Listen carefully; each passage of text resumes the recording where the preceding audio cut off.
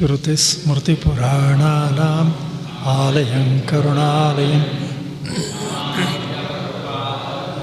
ಶಂಕರಂ ಲೋಕಶಂಕರಂ ಶಂಕರಂ ಶಂಕರಾಚಾರ್ಯಂ ಕೇಶವಂ ಬಾದರಾಯಣಂ ಸೂತ್ರಭಾಷ್ಯಕೃತೌ ವಂದೇ ಭಗವಂತೌ ಪುನಃ ಪುನಃ ಈಶ್ವರೋ ಗುರುರಾತ್ಮೇತಿ ಮೂರ್ತಿಭೇದವಿಭಾಗಿನೇ ವ್ಯೋಮವದ್ವ್ಯಾಪ್ತದೇಹಾಯ ದಕ್ಷಿಣಾಮೂರ್ತಯೇ ನಮಃ. ನೀವು ನನ್ನಿಂದ ಕಾರ್ಯಕಾರಣ ಅನನ್ಯತ್ವವನ್ನು ನೋಡ್ತಾ ಇದ್ದೀರ. ಹೇಳ್ತಂದರೆ ಕಾರ್ಯ ನಷ್ಟವಾದರೂ ಕಾರಣ ಇರುತ್ತೆ. ಆದರೆ ಕಾರಣ ಇಲ್ಲದೆ ಇದ್ದರೆ ಕಾರ್ಯ ಇರೋಕ್ಕೆ ಸಾಧ್ಯವೇ ಇಲ್ಲ. ಈ ವಾಕ್ಯ ನೆನಪಿರಬೇಕಾದ್ರೆ ದೃಷ್ಟಾಂತದ ಮೂಲಕ ಜ್ಞಾಪಕ ಇಟ್ಕೊಳ್ಳಿ ಸಾಕು. ಕಾರಣ ಅಂದರೆ ಮಣ್ಣು, ಕಾರ್ಯ ಅಂದರೆ ಮಡಿಕೆ. ದೃಷ್ಟಾಂತದಲ್ಲಿ ಸುಲಭ ಗೊತ್ತಾಗುತ್ತೆ. ಮಣ್ಣಿದ್ದರೆ ಮಡಿಕೆ ಇರುತ್ತೆ, ಇಲ್ಲಿ ಹೋದರೆ ಇಲ್ಲ. ಆದರೆ ಮಣ್ಣು ಇಲ್ಲದೆ ಇದ್ದರೂ ಮಡಿಕೆ ಇಲ್ಲದೆ ಇದ್ದರೂ ಮಣ್ಣಿದ್ದೇ ಇರುತ್ತೆ ಅಲ್ಲ. ಇಲ್ಲಿ ಏನು ಹೇಳ್ತು,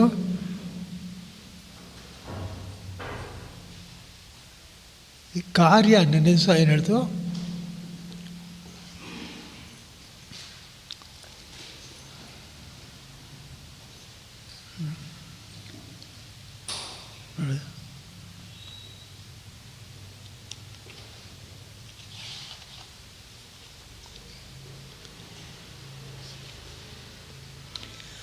ನೋಡಿ, ಲಯಕಾಲದಲ್ಲಿ ಕಾರ್ಯ ಅನ್ನೋದು, ಇದನ್ನು ಪೂರ್ತಿ ಮಾಡಿಲ್ಲ, ಅದು ಅದನ್ನೇ ಮುಂದುವರಿಸೋದು ನೋಡಿ ಕೆಲವು ವಾಕ್ಯಗಳು. ನೆನ್ನೆ ಇದೆಲ್ಲ ಹೇಳ್ತೀನೋ, ಈಗ ಹೇಗೆ ಕಾರ್ಯವು ಕಾರಣ ರೂಪದಿಂದ ಸತ್ತಾಗಿದೆಯೋ, ಸ್ವಲ್ಪ ಬೇಕಾ ಬರ್ತಾಯಿದೆ, ಹಾಗೆ ಉತ್ಪತ್ತಿಗೆ ಮುಂಚೆಯೂ ಸತ್ತೆ.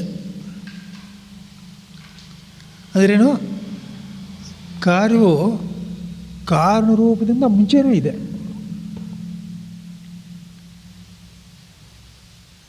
ವಿಗ್ರಹ ಅನ್ನೋದು ಕಲ್ಲಿನಲ್ಲಿ ಮುಂಚೆನೂ ಇದೆ, ಕಲ್ಲಿನ ರೂಪದಲ್ಲೇ ಇದೆ. ಗೊತ್ತಾಯ್ತಾನೆ? ಸ್ಪಷ್ಟ ಇದೆ, ಕಷ್ಟ ಇಲ್ಲ. ಕಲ್ಲಿನ ರೂಪದಲ್ಲೇ ಇದೆ. ಆವಾಗ ಮಟ್ಟಿಗೆ ಅಲ್ಲ, ಇವಾಗಲೂ ಅಷ್ಟೇ, ಕಲ್ಲನ್ನು ಬಿಟ್ಟಿಲ್ಲ. ಗೊತ್ತಾಯ್ತಾ? ಮುಂದಕ್ಕೆ ನೋಡಿ, ಈ ಕಾರ್ಯ ಅನ್ನೋದು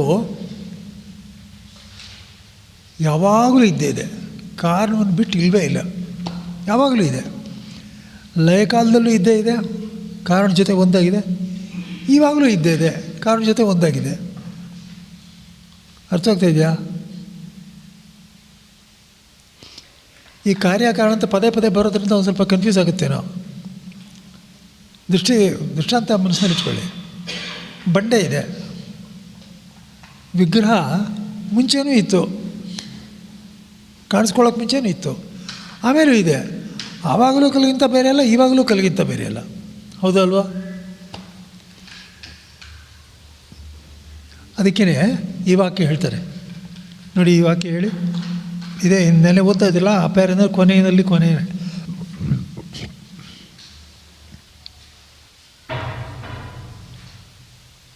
ಯಥಾಚ ಕಾರಣಂ ಬ್ರಹ್ಮ ತ್ರಿಷು ಕಾಲೇಷು ಸತ್ವಂ ನ ವ್ಯಭಿಚರತಿ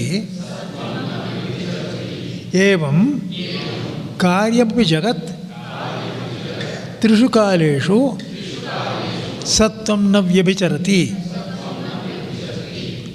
ನೋಡಿ ಅಂದರೆ, ಕಾರಣ ಯಾವ ರೀತಿ ಮೂರು ಕಾಲಗಳಲ್ಲೂ ಇದ್ದೇ ಇರುತ್ತೋ, ಕಾರಣ ಯಾವಾಗಲೂ ಇರುತ್ತೋ ಇಲ್ವಾ? ಸೃಷ್ಟಿಗೆ ಮುಂಚೆನೂ ಇದೆ, ಸೃಷ್ಟಿ ಕಾಲದಲ್ಲೂ ಇದೆ, ಇದು ಮುಗಿದೋದ ಮೇಲೂ ಇದೆ. ಮಡಿಕೆ ಹುಟ್ಟೋಕ್ಕೆ ಮುಂಚೆನೂ ಇತ್ತು, ಮಡಿಕೆ ಕಾಲದಲ್ಲೂ ಇದೆ, ಮಡಿಕೆ ಇದರಲ್ಲೂ ಇದೆ. ಗೊತ್ತಾಯ್ತಲ್ಲ? ಹಾಗೆಯೇ ಯಾವ ರೀತಿ ಇವಾಗ ಮಣ್ಣಿನ ಜಾಗದಲ್ಲಿ ಬ್ರಹ್ಮ ಇಡಿ, ಕಾರಣ ತಾನೇ ಅದು. ಬ್ರಹ್ಮ ಯಾವಾಗಲೂ ಇಲ್ಲ ಅನ್ನೋದೇ ಇಲ್ಲ. ಯಥಾಚ ಕಾರಣಂ ಬ್ರಹ್ಮ ತ್ರಿಷು ಕಾಲೇಷು ಸತ್ವನ್ನ ವ್ಯಭಿಚರತಿ. ಭೂತ ಭವಿಷ್ಯದ ವರ್ತಮಾನ ಕಾಲಗಳಲ್ಲಿ ಯಾವಾಗಲೂ ಇಲ್ಲದೆ ಹೋಗೋದಿಲ್ವೋ, ಇದ್ದೇ ಇರುತ್ತೋ ಹಾಗೇನೇ ಅದದ ಏವಂ ಕಾರ್ಯಮಪಿ ಜಗತ್. ಈ ಜಗತ್ತು ಕೂಡ ತ್ರಿಷು ಕಾಲೇಷು ಸತ್ವನ್ನ ವ್ಯಭಿಚರತಿ. 3 ಕಾಲಗಳಲ್ಲಿ ಯಾವಾಗಲೂ ಇಲ್ಲದೆ ಹೋಗೋದಿಲ್ಲ, ಯಾವಾಗಲೂ ಇದ್ದೇ ಇರುತ್ತೆ. ಗೊತ್ತಾಗ್ತಾ ಇದೆಯಾ? ಸ್ವಲ್ಪ ಕನ್ಫ್ಯೂಸ್ ಆಯಿತು ಈಗ.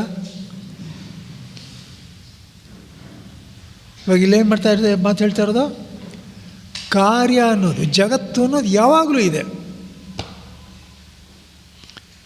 ವ್ಯಕ್ತವಾಗಿದೆ. ಇವಾಗ ಆವಾಗ ಅವ್ಯಕ್ತವಾಗಿದೆ, ಅಷ್ಟೇ ವ್ಯತ್ಯಾಸವೇನ, ಇಲ್ಲ ಅಂತ ಯಾವಾಗಲೂ ಇಲ್ಲ. ಪಾಯಿಂಟ್ ಗೊತ್ತಾಯ್ತೇನಪ್ಪ? ಈ ವಾಕ್ಯಗಳೆಲ್ಲ ನೀವು ಜ್ಞಾಪಕ ಇಟ್ಕೊಂಡಿರಬೇಕು. ಮುಂದೆ ಇನ್ನೊಂದು 15 ದಿವಸ ಆದಮೇಲೆ ಬರುತ್ತೆ, ಆವಾಗ ಚರ್ಚೆಗೆ ಈ ವಾಕ್ಯಗಳೆಲ್ಲ ಚೆನ್ನಾಗಿ ಜ್ಞಾಪಕ ಇರಬೇಕು. ಮರ್ತು ಬಿಟ್ಟರೆ ಹೋಗುತ್ತೆ. ಹೌದಾ? ಮುಂದಕ್ಕೆ ನೋಡಿ, ಇಲ್ಲಿ ಇವಾಗ ಕಾರ್ಯದ ಆಕಾರ ಇದೆಯಲ್ಲ, ನಾವೇನು ಹೇಳಿದ್ವಿ? ವಾಚಾರಂಭಣಂ ವಿಕಾರೋ ನಾಮದೇ. ಏನು ರೀ, ಏನು ಬರೀ ಹೆಸರು ರೀ, ಏನೂ ಇಲ್ಲ ಅದರೊಳಗೆ ಅಂತ ಹೇಳಿದ್ವ ಅಲ್ಲೋ. ನಾವು ಆಕಾರವನ್ನು ಇಷ್ಟು ನಿಂದೆ ಮಾಡಿದ್ವಲ್ಲ, ಆದರೆ ನೀವು ನೋಡಿ, ಮಡಿಕೆ ಆಕಾರ ಕೂಡ ಮಣ್ಣೆ ತಾನೆ, ಆಕಾರದಲ್ಲಿರೋದು ಮಣ್ಣೆ, ಹೌದಲ್ಲಪ್ಪ? ಗೊತ್ತಾಗ್ತಾ ಇದೆಯೋ ಎಲ್ಲರಿಗೂ? ಆದ್ದರಿಂದ ಕಾರ್ಯದ ಆಕಾರ ಕೂಡ ಮಣ್ಣನ್ನು ಬಿಟ್ಟು ಬೇರೆ ಇಲ್ಲ. ಹಾಗೆಯೇ ಜಗತ್ತಿನ ಆಕಾರ ಕೂಡ ಮಣ್ಣಿಗಿಂತ ಬೇರೆ ಇಲ್ಲ, ಬ್ರಹ್ಮಕ್ಕಿಂತ ಬೇರೆ ಇಲ್ಲ. ನೀವು ಕಾರ್ಯ ಕಾರಣ ಅಂತ ಹೇಳಿದ್ರಿಂದ ಕಾರ್ಯ ಅನ್ನೋದು ಇನ್ನೊಂದು ಏನೋ ಇದೆ ಅಂತ ತಿಳ್ಕೊಳ್ಳೋ ಹಾಗಿಲ್ಲ, ಅದೂ ಬ್ರಹ್ಮವೇ, ಅದು ಮತ್ತೊಂದು ಅಂತ ತಿಳ್ಕೊಳ್ಬಾರ್ದು. ಈ ವಾಕ್ಯ ಓದಿ. ಕಾರ್ಯಾಕಾರೋಪಿ ಕಾರಣಸ್ಯ ಆತ್ಮಭೂತ ಏವ ಅನಾತ್ಮಭೂತಸ್ಯ ಅನಾರಭ್ಯತ್ವಾತ್.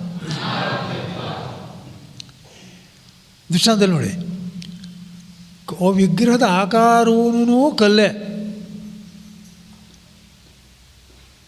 ಕಲ್ಲಿಗಿಂತ ಬೇರೆ ಅಲ್ಲ. ಹಾಗೇನಾದರೂ ಬೇರೆ ಇದ್ದಿದ್ದರೆ ಆಕಾರ ಅನ್ನೋದು, ಆಕಾರ ತೋರ್ಕೊಳ್ಳೋದಕ್ಕೆ ಅವಕಾಶವೇ ಇಲ್ವಲ್ಲ. ಆಕಾರ ಇರೋದಕ್ಕೆ ಆಧಾರ ಅನಾರಭ್ಯತ್ವ, ಅದು ತೋರ್ಕೊಳ್ಳೋಕ್ಕೆ ಅವಕಾಶವಿಲ್ಲ. ಅದು ಕಲ್ಲು ಆಗಿರೋದ್ರಿಂದಲೇ ತೋರ್ಕೋತಾ ಇದೆ. ಅರ್ಥವಾಗ್ತಾ ಇದೆಯಾ? ಅಂದರೆ ಏನರ್ಥ? ನಾವು ಮುಂಚೆ ಹೇಳಿದಕ್ಕೂ ಇವಾಗ ಹೇಳಿದಕ್ಕೂ ಒಂದು ಸ್ವಲ್ಪ ಹೋಲಿಕೆ ಮಾಡಿ ನೋಡಿ. ಮಾಡಿದ್ರೆ ಕಾರ್ಯ ಕಾರಣಕ್ಕಿಂತ ಬೇರೆ ಅಲ್ಲ ತಿಳ್ಕೊಂಡು, ಕಾರ್ಯದಿಂದ ನಾವು ಕಾರಣ ತಿಳ್ಕೊಳ್ತೀವಿ. ಕಾರಣ ತಿಳ್ಕೊಂಡ್ಮೇಲೆ ಅದಕ್ಕೇನು ಬೆಲೆ ಇಲ್ಲ ಅಂತ ಹೇಳಿದ್ವಿ, ಗೊತ್ತಾನೆ? ಬೆಲೆ ಇಲ್ಲ, ನಿಜ. ಬೆಲೆ ಇಲ್ಲ ಅಂದರೆ ಎಲ್ಲಿ ಹೋಯ್ತು ಬೆಲೆ? ಕಾರಣದಲ್ಲೇ ಇದೆ. ಮುಂಚೆ ಇತ್ತು ಇವಾಗಿಲ್ಲ ಅಂತಲ್ಲ, ಮುಂಚೆನೂ ಇತ್ತು ಇವಾಗಲೂ ಇದೆ. ಆದರೆ ಕಾಣಿಸ್ತಾ ಇರುವಾಗ ಅದೇನೋ ಬೇರೆ ಇದ್ದಂತೆ ಕಾಣಿಸುತ್ತಷ್ಟೇ, ಬೇರೆ ಏನಿಲ್ಲ ಅದು. ನಾವು ಅದಕ್ಕೋಸ್ಕರ ಏನು ಮಾಡ್ತೀವಿ? ಇನ್ನೊಂದು ಹೆಸರು ಕೊಡ್ತೀವಿ ಅದಕ್ಕೆ. ಇನ್ನೊಂದು ಹೆಸರು ಕೊಟ್ಟ ತಕ್ಷಣ ಅದೇನೋ ಹೊಸದಾಗಿ ಹುಟ್ಟಿತು ಅಂತಲ್ಲ, ಮುಂಚೆನೇ ಇತ್ತದು. ನೋಡಿ, ನಿಮಗೆ ಸ್ವಲ್ಪ ಆಶ್ಚರ್ಯ ಆಗ್ಬೋದು. ಇದೇನೋ ಅತ್ಯಂತ ಸಹಜವಾಗಿದೆ, ಹೇಳಿದ್ರೆ ಏನೋ ಕಠಿಣವಾಗಿ ಕಾಣಿಸುತ್ತೆ, ಇಟ್ಸ್ ನ್ಯಾಚುರಲ್. ಯಾಕೆ ಇಷ್ಟೊಂದು ಉಚಿತ ಇದ್ದಾರೆ ಅಂತ ಅನಿಸುತ್ತೋ ಇಲ್ಲಪ್ಪ? ಅರ್ಥ ಆಗ್ತಾ ಇದೆಯಾ ನನ್ನ ಪಾಯಿಂಟು? ಇದನ್ನು ಯಾತಕ್ಕೆ ಹೇಳ್ತಾ ಇರೋದು ನೋಡಿ. ಆಕಾರವನ್ನು ನಿಂದೆ ಮಾಡ್ತಾ ಇರೋದು ಇದೆ, ಆಕಾರ ಬ್ರಹ್ಮ ಅಂತ ಹೇಳ್ತಾ ಇರೋದು ಇದೆ. ನಿಂದನೆ ಮಾಡುವಾಗ ಇಲ್ಲ ಅಂತ ಹೇಳಲಿಲ್ಲ, ಅದಕ್ಕೆ ಬೆಲೆ ಇಲ್ಲ ಅಂತ ಹೇಳ್ತು, ಆದರೆ ಇಲ್ಲ ಅಂತ ಹೇಳಲಿಲ್ಲ. ಅರ್ಥ ಆಯ್ತೇನಪ್ಪ? ಆದರೆ ಏನು ತಾತ್ಪರ್ಯ ಏನು? ತಾತ್ಪರ್ಯ ಏನು ಅಂದರೆ, ನೀವು ಆಕಾರವನ್ನು ನೋಡಿ ಇದೇನೋ ಇನ್ನೊಂದು ಅಂತ ತಿಳ್ಕೊಬೇಡಿ. ಆಕಾರವೂ ಕೂಡ ಪರಮಾತ್ಮನೇ. ತಾತ್ಪರ್ಯ ಗೊತ್ತಾಯ್ತೇನಪ್ಪ? ಸ್ಪಷ್ಟವಾಯ್ತಾ? ಅರ್ಥ ಆಯ್ತಲ್ಲ ವಿಶ್ವನಾಥ್? ಆಕಾರ ಅನ್ನೋದು ಕೂಡ ಪೂರ್ತಿ ಕಾರಣವೇ. ಅದ್ರಲ್ಲಿ ಕಾರಣವಲ್ಲದೆ ಇರೋದು ಏನೂ ಇಲ್ಲ, ಬ್ರಹ್ಮವಲ್ಲದೆ ಇರೋದು ಇಲ್ಲಿ ಒಂದೂ ಇಲ್ಲ. ಅರ್ಥ ಆಗ್ತಾ ಇದೆಯಾ?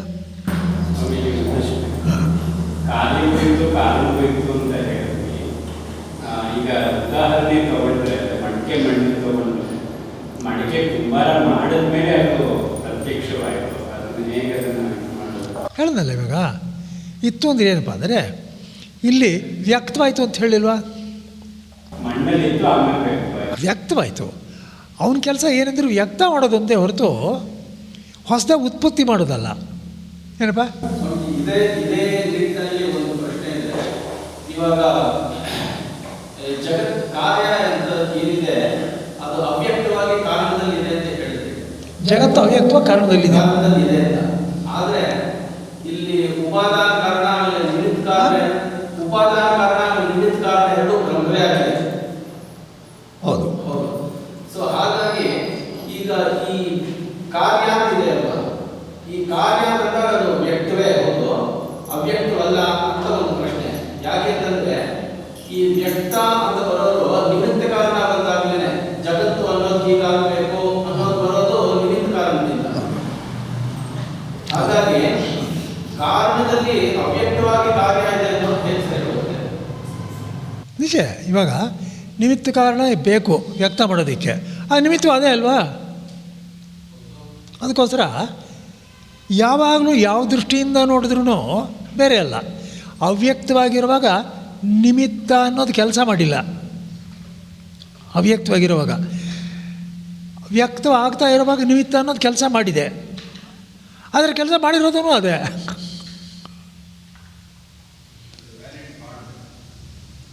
ಹಾಂ ಹಾಂ ಅದೇ ಆತ ವ್ಯಕ್ತ ಆಯಿತು, ಇನ್ನೇನಿಲ್ಲ. ವ್ಯಕ್ತ ಒಂದೇ ಆಗಿರೋದು, ಇನ್ನೇನೂ ಆಗಿಲ್ಲ. ಗೊತ್ತಾಯ್ತಲ್ವಾ? ಅಲ್ಲಿಗೆ ಈ ಸೂಕ್ಷ್ಮವಾದ ಅಂಶಗಳು ಯಾಕೆ ಬರುತ್ತೆ ಅಂದರೆ, ಇಷ್ಟು ಪಕ್ಕಾ ಮಾಡಿದೆ, ಇದು ಬೇರೆ ಇರುವಂತೆ ಕಾಣಿಸ್ತಾ ಇದೆ. ಯಾಕೆ ಅದಕ್ಕೆ ಇನ್ನೊಂದು ಹೆಸರಿದೆ. ಮಣ್ಣಿಗೆ ಆಕಾರ ಇಲ್ಲ, ಆದರೆ ಇದಕ್ಕಿದೆ. ಮಣ್ಣಿಗೆ ಮಣ್ಣಿಗೆ ಒಂದೇ ಹೆಸರು, ಇದಕ್ಕೆ ಇನ್ನೊಂದು ಹೆಸರು ಇದೆ. ಆದ್ದರಿಂದ ಇದಕ್ಕೆ ಏನು ಸ್ಥಾನ ಅಂತಂದರೆ ಏನೂ ಇಲ್ಲ, ಇನ್ನೊಂದಿದ್ದಂತೆ ಕಾಣಿಸುತ್ತಷ್ಟೆ, ಆದರೆ ಇನ್ನೊಂದಲ್ಲ. ಅದು ಪೂರ್ತಿ ತಾತ್ಪರ್ಯ ಗೊತ್ತಾಯ್ತಾ? ಇಷ್ಟು ಚರ್ಚೆದು ತಾತ್ಪರ್ಯ ಏನು? ಆಕಾರ ಅನ್ನೋದು ಏನು ಇನ್ನೊಂದು ಕಂಡ್ರೆ ಹೆದರ್ಕೊಂಡ್ಬಿಡಬೇಡಿ, ಅದು ಕಾರಣವೇ. ನೋಡಿ, ಅದಕ್ಕೆ ದೃಷ್ಟಾಂತ ಕೊಡ್ತಾರೆ. ಹೇಳಿದು ನಚ ವಿಶೇಷ ದರ್ಶನ ಮಾತ್ರೇಣ ವಸ್ತ್ವನ್ಯತ್ವಂ ಭವತಿ. ಇನ್ನೊಂದು ವಿಶೇಷ ದರ್ಶನ ಇನ್ನೊಂದು ಆಕಾರದಲ್ಲಿ ತೋರ್ಕೊಂಡಾಕ್ಷಣ ವಸ್ತು ವ್ಯತ್ಯಾಸ ಏನಾಗಲಿಲ್ಲ, ಇನ್ನೊಂದು ಆಕಾರದಲ್ಲಿ ತೋರ್ಕೊಳ್ತೇವೆ ಅಷ್ಟೇ. ದೃಷ್ಟಾಂತ ನೋಡಿ. ನಹಿ ದೇವದತ್ತ ಸಂಕೋಚಿತ ಹಸ್ತಪಾದ ಪ್ರಸಾರಿತ ಹಸ್ತಪಾದಶ್ಚ ವಿಶೇಷೇಣ ದೃಶ್ಯಮಾನೋಪಿ ವಸ್ತ್ವನ್ಯತ್ವಂ ಗಚ್ಚತಿ. ಇವಾಗ ನಾನು ಯಾವಾಗಲೂ ಡಿಸೆಂಬರ್ನಲ್ಲಿ ಹೋಗ್ಬಿಟ್ಟೆ, ಗೋಮುಖಕ್ಕೆ ಹೋಗ್ಬಿಟ್ಟೆ. ಯಾವನೋ ಒಬ್ಬ ಯೋಗಿ ಹೀಗೆ ಕೂತ್ಕೊಂಡಿದ್ದಾರೆ. ಆಮೇಲೆ ಯಾವಾಗಲೂ ಒಳ್ಳೆಯ ಸಮ್ಮರ್ನಲ್ಲಿ ಹೋದೆ, ಹೀಗೆ ನಿಂತ್ಕೊಂಡಿದ್ದ. ಸಂಕೋಚಿತ ಹಸ್ತಪಾದ ಪ್ರಸಾರಿತ ಹಸ್ತಪಾದಶ್ಚ. ಅವಾಗ ಒಂದು ದೇವದತ್ತ ಅಲ್ವಾ? ಅರ್ಥ ಆಗ್ತಾ ಇದೆಯಲ್ಲ? ಅಂದರೆ ಇಷ್ಟು ತೀಡಿ ಹೇಳ್ತಾ ಇರೋದು ಯಾವುದಕ್ಕೆ ಅಂದರೆ, ನೋಡಪ್ಪ, ಆಕಾರ ಬಂತು ಅಂತ ಬೇರೆ ಇನ್ನೊಂದು ಅಂತ ತಿಳ್ಕೊಬೇಡ. ಆಕಾರ ಬಂದರೂ ಅದು ಬ್ರಹ್ಮವೇ, ಆಕಾರ ಬದಲಾಯಿಸಿದ್ರೂ ಬ್ರಹ್ಮವೇ, ಆಕಾರ ಇಲ್ಲದೇ ಇದ್ದರೂ ಬ್ರಹ್ಮವೇ.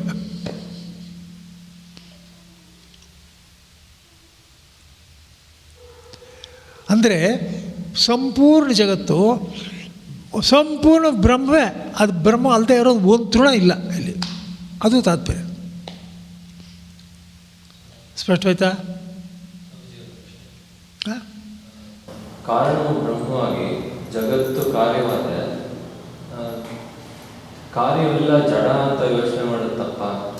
ಕಾರ್ಯವೆಲ್ಲ ಜಡ ಅಂತ, ಕಾರ್ಯವೆಲ್ಲ ಜಡವಾಗಿ ಇರುತ್ತೆ, ಸಂದೇಹವೇ ಇಲ್ಲ.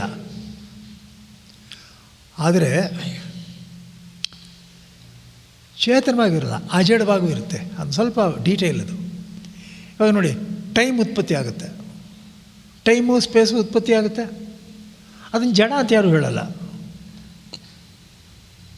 ಅರ್ಥ ಆಯ್ತಾ? ಹಾಗೆಯೇ ಥಾಟ್ಸ್ ಇದೆ,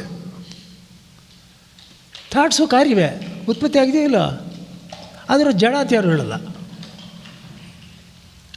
ಅಂದರೆ ಕಾರ್ಯ ಉತ್ಪತ್ತಿ ಆಗೋದು ಅಂದರೆ ಅದು ಅಸತ್ಯ. ಮುಂಚೆ ಕಾಣಿಸ್ಕೊಳ್ತಾ ಇಲ್ಲ, ಇವಾಗ ಕಾಣಿಸ್ಕೊಳ್ತೋ, ಇನ್ನೊಂದು ಸಲ ಬದಲಾಯಿಸ್ತೋ, ಇದು ಅಸತ್ಯ ಅನ್ನೋದಿದೆ. ಅಸತ್ಯವಾದ್ರೂ ಜಡವಲ್ಲದೆ ಇರ್ಬೋದು. ಅರ್ಥ ಆಗ್ತಾ ಇದೆಯಾ? ಹುಟ್ಟಿತು, ಕಾರ್ಯ ಹುಟ್ಟಿತು ಅಂದರೆ ಜಡನೇ ಅಂತಲ್ಲ. ಹುಟ್ಟಿದ ಮೇಲೆ ಜಡವೂ ಆಗಿರ್ಬೋದು, ಜಡವಲ್ಲದೇನೂ ಇರ್ಬೋದು. ಹಾಗೆಯೇ ಮಿತಿ ಇದೆಯಲ್ಲ, ಕಾರ್ಯ ಅಂದ ಕೂಡಲೇ ಮಿತಿ ಇರ್ಬೋದು, ಮಿತಿ ಇಲ್ಲದೇನೂ ಇರ್ಬೋದು. ಉದಾಹರಣೆಗೆ ಬೇರೆ ವಸ್ತುಗಳಿಗೆಲ್ಲ ಮಿತಿ ಇದೆ, ಆಕಾಶಕ್ಕೆ ಮಿತಿ ಇದೆಯಾ? ಇಲ್ವಲ್ಲ. ಅಂದರೆ ಇಲ್ಲಿ ಜಡ ಪರಿಚ್ಛಿನ್ನತ್ವ ಅಂತಾರೆ. ಮಿತಿ ಇರೋದಕ್ಕೆ ಏನು ಹೇಳ್ತಾರೆ ಹೇಳಿ? ಹೇಳಿ ಒಂದು ಸಲ. ಪರಿಚ್ಛಿನ್ನತ್ವ ಹೇಳಿ. ಪರಿಚ್ಛಿನ್ನವಾಗಿರೋ ವಸ್ತು. ಪರಿಚ್ಛಿನ್ನತ್ವ ಅಂದರೆ ಲಿಮಿಟೆಡ್ನೆಸ್ಸು, ಗೊತ್ತಾಯ್ತಾ? ಲಿಮಿಟೆಡ್ನೆಸ್ಸು ಇನರ್ಷಿಯ. ಪರಿಚ್ಛಿನ್ನತ್ವ ಮತ್ತು ಜಡತ್ವ ಎರಡು ತೋರ್ಕೋಬಹುದು, ಆದರೆ ಅದು ಕಾರ್ಯ ಅಲ್ಲ. ನಿಮ್ಗೆ ಪಾಯಿಂಟ್ ಗೊತ್ತಾಯ್ತಾ? ಏನಪ್ಪ ಶ್ರೀಹರಿ, ಗೊತ್ತಾಯ್ತಾ? ಗೊತ್ತಾಗಲಿಲ್ಲ? ಇನ್ನೊಂದ್ಸಲ ಹೇಳ್ತೀನಿ. ಇವಾಗ ಕಾರ್ಯ ಹುಟ್ಟೋದು ಅಂದರೆ ಅದು ಅಸತ್ಯ. ಒಂದೇನು ಹುಟ್ಟಿಸೋ ಮುಂಚೆ ಇರಲಿಲ್ಲ, ಇವಾಗ ಬಂತು, ಆಮೇಲೆ ಯಾವಾಗಲೂ ಹೋಗುತ್ತೆ, ಅದರಿಂದ ಅಸತ್ಯ, ಬದಲಾಯಿಸ್ತಾ ಇದೆ. ಹೌದಾನೆ? ಆದರೆ ಹುಟ್ಟಿದ್ದೆಲ್ಲನೂ ಜಡವೇ, ಹುಟ್ಟಿದ್ದೆಲ್ಲನೂ ಮಿತಿಯುಳ್ಳದ್ದೇ ಅಂತ ಹೇಳಬಾರ್ದು. ಯಾಕೆಂದರೆ ಬೇರೆ ಹುಟ್ಟುತ್ತಾ ಇರೋದು ಕೆಲವಿದೆ, ಅದು ಜಡವಲ್ಲ. ದೇಶ ಕಾಲ ಇದೆ. ಹಾಗೆಯೇ ಮಿತಿ ಇರಲೇಬೇಕು ಅಂತೇನಿಲ್ಲ. ನಾವು ಇದೆಲ್ಲ ನೋಡಿದ್ರೆ ಮಿತಿ ಇದೆ, ಮಿತಿ ಇರಲೇಬೇಕು ಅಂತಲ್ಲ. ಆಕಾಶ ಹುಟ್ಟಿದೆ, ಅದ್ರ ಮಿತಿ ಇಲ್ಲ. ಹೌದಲ್ಲ? ಅಂದರೆ ಜಡತ್ವ ಮತ್ತು ಪರಿಚ್ಛಿನ್ನತ್ವ ಅನ್ನೋದು ಸೃಷ್ಟಿವಾಗಿರೋ ವಸ್ತುಗಳಲ್ಲಿ ತೋರ್ಕೊಳ್ಳುತ್ತೆ. ಕೆಲಸ ತೋರ್ಕೊಳ್ಳುತ್ತೆ, ತೋರ್ಕೊಳ್ದೇನೂ ಇರ್ಬೋದು, ತೋರ್ಕೊಳ್ದೇನೂ ಇರ್ಬೋದು. ಆದರೆ ಕಾರ್ಯ ಅಂತ ಹೇಳಿದ್ರೆ ಅಸತ್ಯವೇ.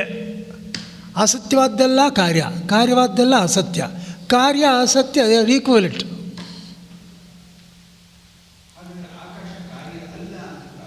ಯಾವುದು? ಆಕಾಶ ಅಲ್ಲ, ಕಾರ್ಯ ಹುಟ್ಟದಲ್ಲ, ಅಸತ್ಯವೇ. ಹುಟ್ಟೋದೆಲ್ಲ ಅಸತ್ಯವೇ. ಅಸತ್ಯವಾಗಿದ್ದರೂ ಲಿಮಿಟ್ ಇರಬಹುದು, ಇಲ್ಲದೆ ಇರ್ಬೋದು. ಅಸತ್ಯವಾಗಿದ್ದರೂ ಜಡ ಇರ್ಬೋದು, ಜಡ ಇಲ್ಲದೆ ಇರ್ಬೋದು. ಗೊತ್ತಾಗಲಿಲ್ಲ?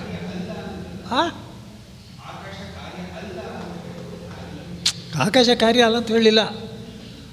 ಆಕಾಶ ಕಾರ್ಯವೇ ಆಗಿದ್ರೂ ಮಿತಿ ಇಲ್ಲ. ಕಲ್ಲು ಅದು ಕಲ್ಲು ಸೃಷ್ಟಿಯಾಗಿದೆ, ಕಾರ್ಯವೇ, ಅದಕ್ಕೆ ಮಿತಿ ಇದೆ. ಮಿತಿ ಇರ್ಬೋದು, ಇಲ್ಲದೆ ಇರ್ಬೋದು. ಕಾರ್ಯ ಅಂದರೆ ಹುಟ್ಟೋದು. ಜಡತ್ವ ಮಿತಿ ಇರೋದು ಎರಡು ಕಾರ್ಯದಲ್ಲಿ ತೋರ್ಕೋಬಹುದು, ತೋರ್ಕೊಳ್ಳದೆ ಇರ್ಬೋದು. ಜಡತ್ವ ಮಿತಿ ಅನ್ನೋದು ಇದ್ದೇ ಇರ್ತೈತಿಲ್ಲ. ಏನಮ್ಮ? ಕಾರ್ಯ ಅನ್ನೋದು ಅಸತ್ಯ ಅಂತ ಅಂದ್ರಿ ಅಲ್ವಾ? ಹೌದು. ಆದರೆ ಕಾರ್ಯ ಕಾರಣ are completely the same. ಕಾರ್ಯಕಾರಣ Are completely the same ಅಲ್ವಾ? ಅಲ್ಲಮ್ಮ, ಕಾರ್ಯ ಅನ್ನೋದು ಅಸತ್ಯ, ಆದರೆ ಅದು ಕಾರಣಕ್ಕಿಂತ ಬೇರೆಯಲ್ಲ. ಕಾರಣ ಅದರಲ್ಲಿ ಅಡಗಿದೆ. ಅದು ಹಾಗಾದ್ರೆ ಬ್ರಹ್ಮನ್ನು ಅಸತ್ಯ ಆಗೋದಿಲ್ವಾ? ಇವಾಗ ಮಣ್ಣು ಅಸತ್ಯವಾ? ಹೇಗೆ ಅಂದರೆ ಮಡಿಕೆ ತೋರ್ಕೊಂಡಾಗಲೂ ಅದು ಮಣ್ಣೆ, ಮಡಿಕೆ ತೋರ್ಕೊಳ್ದೇ ಇರೋವಾಗಲೂ ಅದು ಮಣ್ಣೆ. ಅದು ಮಡಿಕೆ ಅನ್ನೋದು ಇಟ್ಟಿಗೆ ಆದರೂ ಅದು ಮಣ್ಣೆ, ಹೌದಲ್ಲ? ಅದರಿಂದ ಮಣ್ಣಲ್ಲಿ ವ್ಯತ್ಯಾಸ ಆಗಲಿಲ್ಲ. ಮತ್ತೆ ನಾವು ಮಡಿಕೆನ ಅಸತ್ಯ ಅಂತ ಯಾಕೆ ಆ? ಮಡಿಕೆನ ಯಾಕೆ ಅಸತ್ಯ ಅಂತ? ಯಾಕೆಂದರೆ ಮಡಿಕೆ ಅನ್ನೋದಿದೆಯಲ್ಲ, ಆಕಾರ ಇಟ್ಕೊಳ್ತಾನೆ ನಾವು ರೆಫರ್ ಮಾಡೋದು, ಅದು ವ್ಯತ್ಯಾಸ ಆಗ್ತಾ ಇದೆಯಲ್ಲ, ಶೇಪ್ ವ್ಯತ್ಯಾಸ ಆಗ್ತಾ ಇದೆ, ಅದರಲ್ಲಿರೋ ಸ್ಟಫ್ ವ್ಯತ್ಯಾಸ ಆಗಲಿಲ್ಲ. ಅರ್ಥ ಆಯ್ತಲ್ವಾ? ಇವಾಗ ಅಸತ್ಯ ಅಂತ ಹೇಳೋದು with respect to shape, changeable ಅಂತಲ್ಲ. ವಿತ್ ರೆಸ್ಪೆಕ್ಟ್ ಟು ಶೇಪ್ ನಾವು ಅಸತ್ಯ ಅಂತೀವಿ. ಸೊ ಅಸತ್ಯ ಅಂದ್ರೆ ಮಿಥ್ಯ ಅಲ್ಲ, ಅಸತ್ಯ ಅಂದ್ರೆ ಖಂಡಿತವಾಗಲೂ ಅಲ್ಲ. ಅಸತ್ಯ ಅಂದರೆ ಮಿಥ್ಯ ಖಂಡಿತವಾಗಲೂ ಅಲ್ಲ. ಗೊತ್ತಾಯ್ತಾ? ಈ ಕ್ಲಾರಿಟಿ ಯಾಕೆ ಕೊಡ್ತಾ ಇರೋದು ಅಂದರೆ ಅಸತ್ಯ ಅಂದ್ಕೊಳ್ಳಿ ಮಿಥ್ಯ ಅಂದ್ಬಿಡ್ತಾರೆ. It's the stupidest statement, most stupid. ಶಾಸ್ತ್ರದಲ್ಲಿ ಎಲ್ಲೂ ಇಲ್ಲ, ಹಾಗೆ ಹೇಳೋಕ್ಕೆ ಆಧಾರವೇ ಇಲ್ಲ. ಹಾಗಾದ್ರೆ ಈ ಜಗತ್ತು 100% ರಿಯಲ್. ಹೌದೌದು. ಇವಾಗ ಇಲ್ಲಿ ಹೇಳ್ತಾರೆ ಈ ವಾಕ್ಯ, ಜಗತ್ತು ಅನ್ನೋದು ಬ್ರಹ್ಮ ಯಾವಾಗಲೂ ಹೇಗಿರುತ್ತೋ ಯಾವಾಗಲೂ ಇದ್ದೇ ಇರುತ್ತೆ ಅಂತಿದೆಯಲ್ಲ, ಯಾವಾಗಲೂ ಇರುತ್ತೆ ಅಂದಮೇಲೆ ಮಿಥ್ಯ ಅಂದರೆ ಏನರ್ಥ?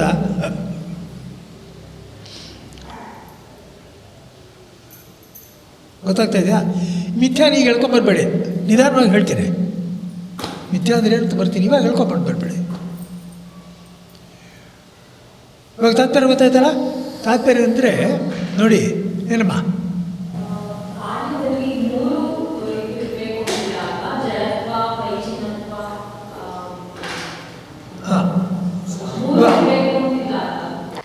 ಇದು ಮೂರು ಸೇರಿರೋದು ಇದೆ, ಎರಡು ಸೇರಿರೋದು ಇದೆ, ಒಂದೇ ಒಂದು ಸೇರಿರೋದು ಇದೆ. ಗೊತ್ತಾಯ್ತಾ? ಆದರೆ ಮೂರು ಸೇರಿರೋದು ಯಾವುದು ಅಂತ ನೋಡಿ. ಮೂರು ಸೇರಿರೋದು ಯಾವುದು ಅಂದರೆ ನಮ್ಮ ಇಂದ್ರಿಯಗಳು ವೇದ್ಯವಾಗ್ತಕ್ಕಂಥದ್ದು ಇದೆಯಲ್ಲ, ಇಂದ್ರಿಯಗಳು ವೇದ್ಯವಾಗೋದು ಅದೆಲ್ಲ ಅದು ಸತ್ಯವೂ ಅಸತ್ಯವೂ ಹೌದು, ಜಡವೂ ಹೌದು, ಲಿಮಿಟೆಡ್ಡು ಹೌದು. ಇದರಲ್ಲಿ ಆಕಾಶ ಸೇರೋಲ್ಲ, ಆಕಾಶವನ್ನು ನಾನು ಸೇರ್ಸೋಕ್ಕಾಗಲ್ಲ. ಶಬ್ದ ಉತ್ಪತ್ತಿ ಆಗುತ್ತೆ ಇಲ್ವಾ? ಅದು ಅಸತ್ಯ, ಪರಿಚ್ಛಿನ್ನ, ಜಡ. ಸ್ಪರ್ಶಗಳು ಅಸತ್ಯ, ಜಡ, ಪರಿಚ್ಛಿನ್ನ. ಹಾಗೆಯೇ ರೂಪ, ರಸ, ಗಂಧ ಅಂದರೆ ಎಲ್ಲ ಜ್ಞಾನೇಂದ್ರಿಯಗಳು ಸಿಗ್ತಾ ಇರತಕ್ಕಂಥ ವಿಷಯಗಳು ಯಾವುದಿದೆಯೋ ಅದೆಲ್ಲ ಜಡವೂ ಹೌದು, ಅಸತ್ಯವೂ ಹೌದು, ಸೀಮಿತವೂ ಹೌದು. ಆದರೆ ಈ ಸೆನ್ಶುವಲ್ ಆಗಿದೆಯಲ್ಲ, ಸೆನ್ಶುವಲ್ ಆಗಿರೋದನ್ನು ಬಿಟ್ಬಿಟ್ರೆ ಬೇರೆದರಲ್ಲಿ ಕೆಲವು ಜಡವಲ್ಲದ್ದು ಇದೆ, ಅನ್ಲಿಮಿಟೆಡ್ಡು ಇದೆ. ಆದ್ದರಿಂದ ನಿಜವಾಗಲೂ ಸೃಷ್ಟಿ ಆಯಿತು ಅನ್ನೋದು ಬರೀ ಇಂದ್ರಿಯವೇದ್ಯವಾಗಿರೋ ವಸ್ತುಗಳಿಗೆ ಅನ್ವಯವಾಗೋದು. ಏನಪ್ಪ ಶಶಿ? ಬರೀ ಇಂದ್ರಿಯವೇದ್ಯ ವಸ್ತುಗಳಿಗೆ ಅನ್ವಯವಾಗೋದು. ಯಾಕೆಂದರೆ ಜಡತ್ವ ಮುಂಚೆನೂ ಇರುತ್ತೆ. ಸೀಮಿತತ್ವ ಅನ್ನೋದು ಅದೇನಿಲ್ಲ, ಅದು ಸ್ಟಫ್ ಇಲ್ಲ, ಅದರಲ್ಲಿ ಇರ್ಬೋದು, ಹಾಗೂ ಇರ್ಬೋದು, ಹೇಗಾದರೂ ಇರ್ಬೋದು. ಅರ್ಥ ಆಯ್ತಾ ಇದೆಯಾ? ಆಕಾಶಕ್ಕೆ ಎಕ್ಸೆಪ್ಷನ್, ಹಾಗೆ ಜಡತ್ವಕ್ಕೆ ದೇಶಕಾಲಕ್ಕೆ ಎಕ್ಸೆಪ್ಷನ್.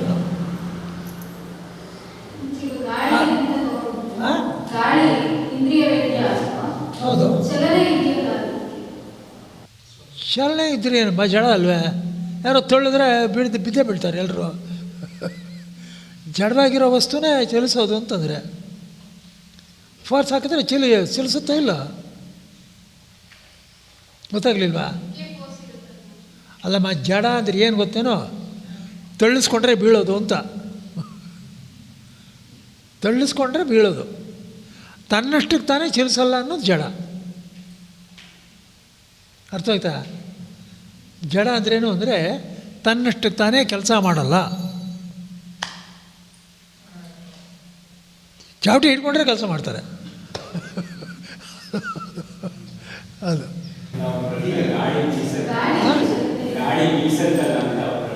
ಗಾಳಿ ಬೀಸಿದ್ರೆ ಜಡವಲ್ವೇ? ಗಾಳಿ ಜಡವೇ.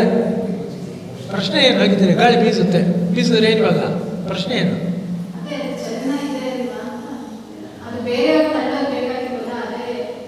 ಅದೇ ಹೇಳ್ತಾ ಇರೋದು. ಬೇರೆಯವ್ರು ತಳ್ಳಿರೋದ್ರಿಂದಲೇ ಹೋಗ್ತಾ ಇರೋದು. ಭೀಷಾಸ್ಮಾದ್ವಾತ ಪವತೆ ಅಂತಿಲ್ವೇ? ಅದ್ರ ಏನರ್ಥ? ಇವಾಗ ಪ್ರೆಷರ್ ಇಲ್ಲಿ ಕಡಿಮೆ ಆಯಿತು, ಅಲ್ಲಿ ಹೆಚ್ಚಾಯಿತು, ಬರುತ್ತೆ. ಪ್ರೆಷರ್ ಹೆಚ್ಚು ಕಡಿಮೆ ಮಾಡೋದು ಯಾರು? ಇನ್ನೊಬ್ಬರು ಇರ್ತಾರೆ. ಅರ್ಥ ಆಯ್ತು ಇವಾಗ? ಕಲ್ಲಿನಲ್ಲಿ ಒಳಗಡೆ ಆಟಮ್ಸ್ ಮೂವ್ ಆಗ್ತಾ ಇರುತ್ತೆ. ಹೌದು. ಅದು ಚೇತನದ ಒಂದು ಗುರುತಲ್ವೇ? ಜಡ ಅಲ್ಲ, ಅದು ಅದರ್ತಾ ಇದ್ದರೆ ಅದಕ್ಕೆ ಇನ್ನೊಂದು ಕಾರಣ ಇದೆ, ಅದು ಚೇತನ. ಫೋರ್ಸ್ ಚೇತನ. ಅದರಲ್ಲಿರೋ ಫೋರ್ಸು ಚೇತನಲ್ಲ. ಫೋರ್ಸನ್ನು ಅಪ್ಲೈ ಮಾಡೋದು ಚೇತನ.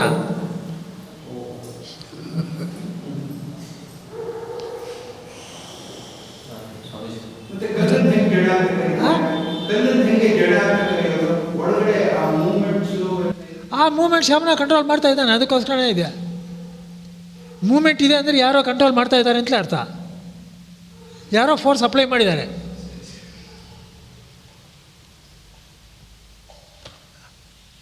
ಏನಪ್ಪ ಸ್ಪಷ್ಟವಾಯ್ತಾ? ಸೊ ಹಾಗಾಗಿ ಇವಾಗ ಬ್ರಹ್ಮವೇ ಈ ಜಗತ್ತಿಗೆ ಕಾರಣ, ಉಪಾದಾನ ನಿಮಿತ್ತ ಎಲ್ಲ ಇಟ್ಕೊಂಡ್ರೆ ಎಲ್ಲವೂ ಜಗತ್ತೆಲ್ಲ ಚೇತನವೇ ಅಂತ ಹೇಳೋದು ತಪ್ಪಾಗುತ್ತೆ. ಜಗತ್ತೆಲ್ಲ ಚೇತನವೇ ಅಂತ ಹೇಳೋದು ತಪ್ಪಾಗುತ್ತೆ. ಅಲ್ಲಪ್ಪ, ಜಡ ಚೇತನ ಅಂತೂ ಅಲ್ವೇ ಅಲ್ಲ, ಚೇತನ ಬೇರೆಯೇ. ಜಗತ್ತು ಅನ್ನೋದು ಜಡವಾಗಿರೋ ಜಗತ್ತೂ ಇದೆ, ಅಜಡವಾಗಿರೋ ಜಗತ್ತೂ ಇದೆ. ಚೇತನ ಅಲ್ಲ. ದೇಶಕಾಲಗಳಿದೆ, ಅದು ಜಡವಲ್ಲ, ಆದರೆ ಚೇತನವೂ ಅಲ್ಲ. ಅಂಥದಕ್ಕೆಲ್ಲ ಅಜಡ ಅಂತಾರೆ.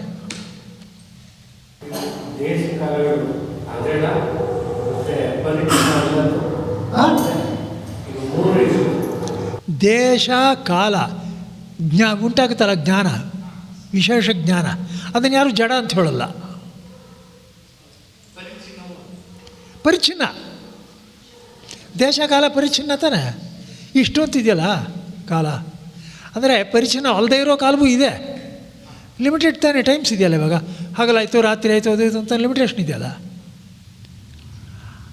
ಆದ್ದರಿಂದ ಟೈಮ್ನಲ್ಲಿ, ನಾವು ಅಬ್ಸರ್ವ್ಡ್ ಟೈಮ್ನಲ್ಲಿ ಲಿಮಿಟೇಷನ್ ಇರುತ್ತೆ. ಅಬ್ಸರ್ವ್ಡ್ ದೇಶದಲ್ಲೂ ಲಿಮಿಟೇಷನ್ ಇರುತ್ತೆ. ಅನ್ಲಿಮಿಟೆಡ್ ಆಕಾಶವನ್ನು ಯಾರು ನೋಡೋಕ್ಕಾಗೋದೇ ಇಲ್ಲ. It is not an observable.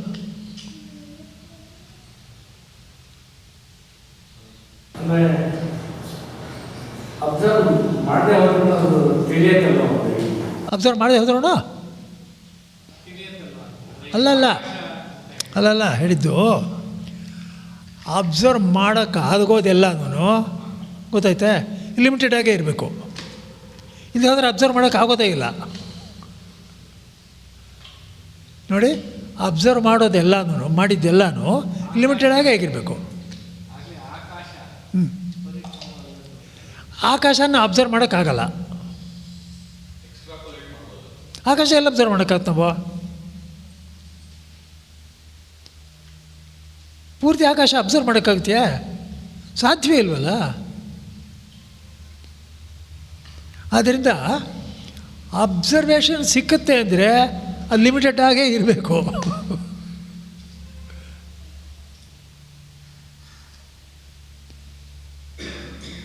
ಅರ್ಥ ಆಗ್ತಾ ಇದೆಯಾ? ಹಾಂ, ಅದೇ ಮತ್ತೆ ಲಿಮಿಟೇಷನ್ ಬರಬಹುದು. ಲಿಮಿಟೇಷನ್ ಯಾವುದು ಇನ್ನೊಂದಕ್ಕೆ ಸಾಪೇಕ್ಷವಾಗಿ ಬರುತ್ತೆ. ಆಕಾಶ ಇವಾಗ ಒಂದು ಮಡಿಕೆನಲ್ಲಿ ಆಕಾಶ ಇದೆ, ಈ ಹಾಲ್ನಲ್ಲಿ ಆಕಾಶ ಇದೆ, ಲಿಮಿಟೆಡ್ಡು. ಆದರೆ ಬರೀ ಆಕಾಶವನ್ನು ಲಿಮಿಟ್ ಇಲ್ಲ. ಅದಕ್ಕೆ ವಾಯುವಿಗೆ ಲಿಮಿಟೇಷನ್ ಇದೆ, ಅಗ್ನಿಗೆ ಲಿಮಿಟೇಷನ್ ಇದೆ. ಅನಂತವಾಗಿರೋದು ಆಕಾಶ ಒಂದೇ.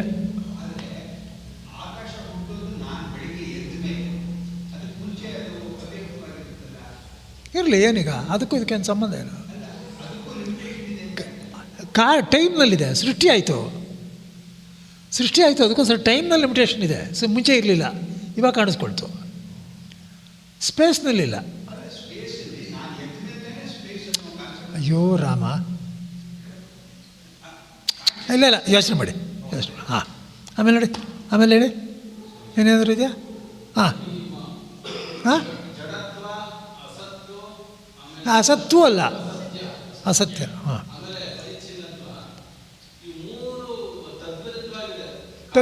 ಮೂರೂ ಹೌದು, ಅದು ನಿಜ ಅಲ್ಲ. ಆಮೇಲೆ ನೋಡೋಣ, ಇವಾಗ ಚಿಂತೆ ಮಾಡಬಾರ್ದಾಗ, ಆ ಸಮಯ ಬಂದಾಗ ನೋಡೋಣ. ಇಲ್ಲೋದ್ರೆ ಕನ್ಫ್ಯೂಸ್ ಆಗಿಬಿಡುತ್ತೆ, ಗೊತ್ತಾಯ್ತಾ?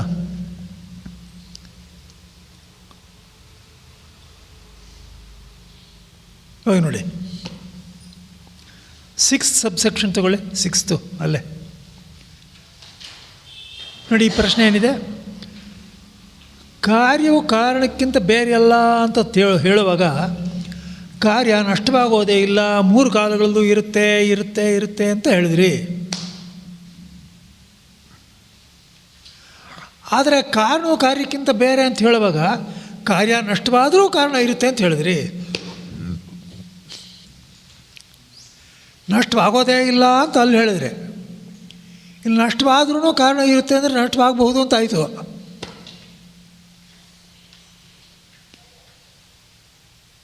ಏನು ಸ್ವಲ್ಪ ತಲೆ ಸುತ್ತ ಇದೆಯಲ್ಲ? ನಿಮ್ಮ ಪ್ರಶ್ನೆ ಗೊತ್ತಾಯ್ತಾ ಇಲ್ಲ? ಇವಾಗ ಕಾರ್ಯ ಕಾರಣಕ್ಕಿಂತ ಬೇರೆ ಅಲ್ಲ ಅನ್ನುವಾಗ ಏನು ಹೇಳ್ತು? ಈ ಕಾರ್ಯ ಅನ್ನೋದು ಅವ್ಯಕ್ತವ, ಮುಂಚೆನೂ ಇತ್ತು, ಆಮೇಲೂ ಇರುತ್ತೆ, ಸೃಷ್ಟಿ ಆದಮೇಲೂ. ಆದ್ದರಿಂದ ಯಾವಾಗಲೂ ಇದ್ದೇ ಇರುತ್ತೆ, ಅದಕ್ಕೆ ನಷ್ಟ ಅನ್ನೋದು ಇಲ್ಲವೇ ಇಲ್ಲ, ಕಾರಣ ರೂಪದಲ್ಲೇ ಇರುತ್ತೆ ಅಂತ ತಾನೇ ಹೇಳಿದ್ದು. ಈಗ ಕಾರಣ ಕಾರ್ಯಕ್ಕಿಂತ ಬೇರೆ ಅನ್ನುವಾಗ, ಅಂದರೆ ಮಣ್ಣು ಮಡಿಕೆಗಿಂತ ಬೇರೆ ಅನ್ನುವಾಗ, ಮಡಿಕೆ ನಷ್ಟವಾದರೂ ಮಣ್ಣಿರುತ್ತೆ ಅಂತ ಹೇಳಿದ್ರೋ ಇಲ್ಲೋ? ಅಂದರೆ ಕಾರಣ ಕಾರ್ಯಕ್ಕಿಂತ ಬೇರೆ ಅಂತ ತೋರಿಸೋವಾಗ ಕಾರ್ಯ ನಷ್ಟವಾಗುತ್ತೆ ಅಂತ ಇಟ್ಕೊಂಡಿದ್ದೀವಿ. ಆದರೆ ಕಾರ್ಯ ಕಾರಣಕ್ಕಿಂತ ಬೇರೆ ಅಲ್ಲ ಅಂತ ತೋರಿಸೋವಾಗ ಕಾರ್ಯ ಯಾವಾಗಲೂ ಇದ್ದೇ ಇರುತ್ತೆ ಅಂತ ಇಟ್ಕೊಂಡಿದ್ದೀವಿ. ಏನೋ ಕಾಲು ಹಿಡಿತಾ ಇದ್ದೀರಾ ನೀವು, ಸ್ವಲ್ಪ ಮಿಸ್ಲೀಡ್ ಮಾಡ್ತಾ ಇದ್ದೀರಾ ನೀವು. You are a good lawyer, but ಸ್ವಲ್ಪ ನಮಗೆ ಚೀಟ್ ಮಾಡಬಾರ್ದು. ನಮಗೆ ಪ್ರಶ್ನೆ ಗೊತ್ತಾಯ್ತಾ ಇಲ್ವಾ? ಪ್ರಶ್ನೆ ಅರ್ಥವಾಗಲಿಲ್ವಾ? ಏನಪ್ಪ ಅರ್ಥವಾಯ್ತಾ ಇಲ್ಲ ಪ್ರಶ್ನೆ? ಇವಾಗ ಮಡಿಕೆ ಮಣ್ಣಿಗಿಂತ ಬೇರೆ ಅಲ್ಲ ಅನ್ನುವಾಗ ಏನು ಹೇಳ್ತು ನೋಡಿ? ಇವಾಗ ಮಣ್ಣಿಗಿಂತ ಬೇರೆ ಅಲ್ಲ, ಮುಂಚೆನೂ ಅಲ್ಲೇ ಇತ್ತು, ಇವಾಗಲೂ ಇದೆ. ಆದ್ದರಿಂದ ಮಡಿಕೆ ಯಾವಾಗಲೂ ಇದ್ದೇ ಇದೆ, ಮಣ್ಣಿಗಿಂತ ಬೇರೆ ಅಲ್ಲ ಅಂತ ಹೇಳಿದ್ವೋ ಇಲ್ಲ? ಈಗ ಮಣ್ಣು ಮಡಿಕೆಗಿಂತ ಬೇರೆ ಅಂತ ತೋರಿಸೋವಾಗ ಏನು ಹೇಳಿದ್ವಿ? ಮಡಿಕೆ ಇಲ್ಲದೆ ಇದ್ದರೂ ಮಣ್ಣಿದೆ ಅಂತ ಹೇಳಿದೆ. ಇವಾಗ ಇವು ಎರಡನೇದು ಪ್ರೂವ್ ಮಾಡುವಾಗ ಮಡಿಕೆ ಇಲ್ಲದೆ ಇದ್ದರು ಅಂದರೆ ಕಾರ್ಯ ನಷ್ಟವಾಗುತ್ತೆ ಅಂತ ಆಯ್ತಲ್ಲ. ಇಲ್ಲಿ ನಷ್ಟವಾದ್ರೂ ಅಂತ ಹೇಳ್ತಾ ಇದ್ದೀರಾ, ಅಲ್ಲಿ ನಷ್ಟವಾಗೋದೇ ಇಲ್ಲ ಅಂತ ಹೇಳ್ತಾ ಇದ್ದೀರಾ. ಸ್ವಲ್ಪ ಸ್ವಲ್ಪ ಸ್ವಲ್ಪ ಕ್ಲಿಯರಾಗಿ ಹೇಳಿ ನಮಗೆ.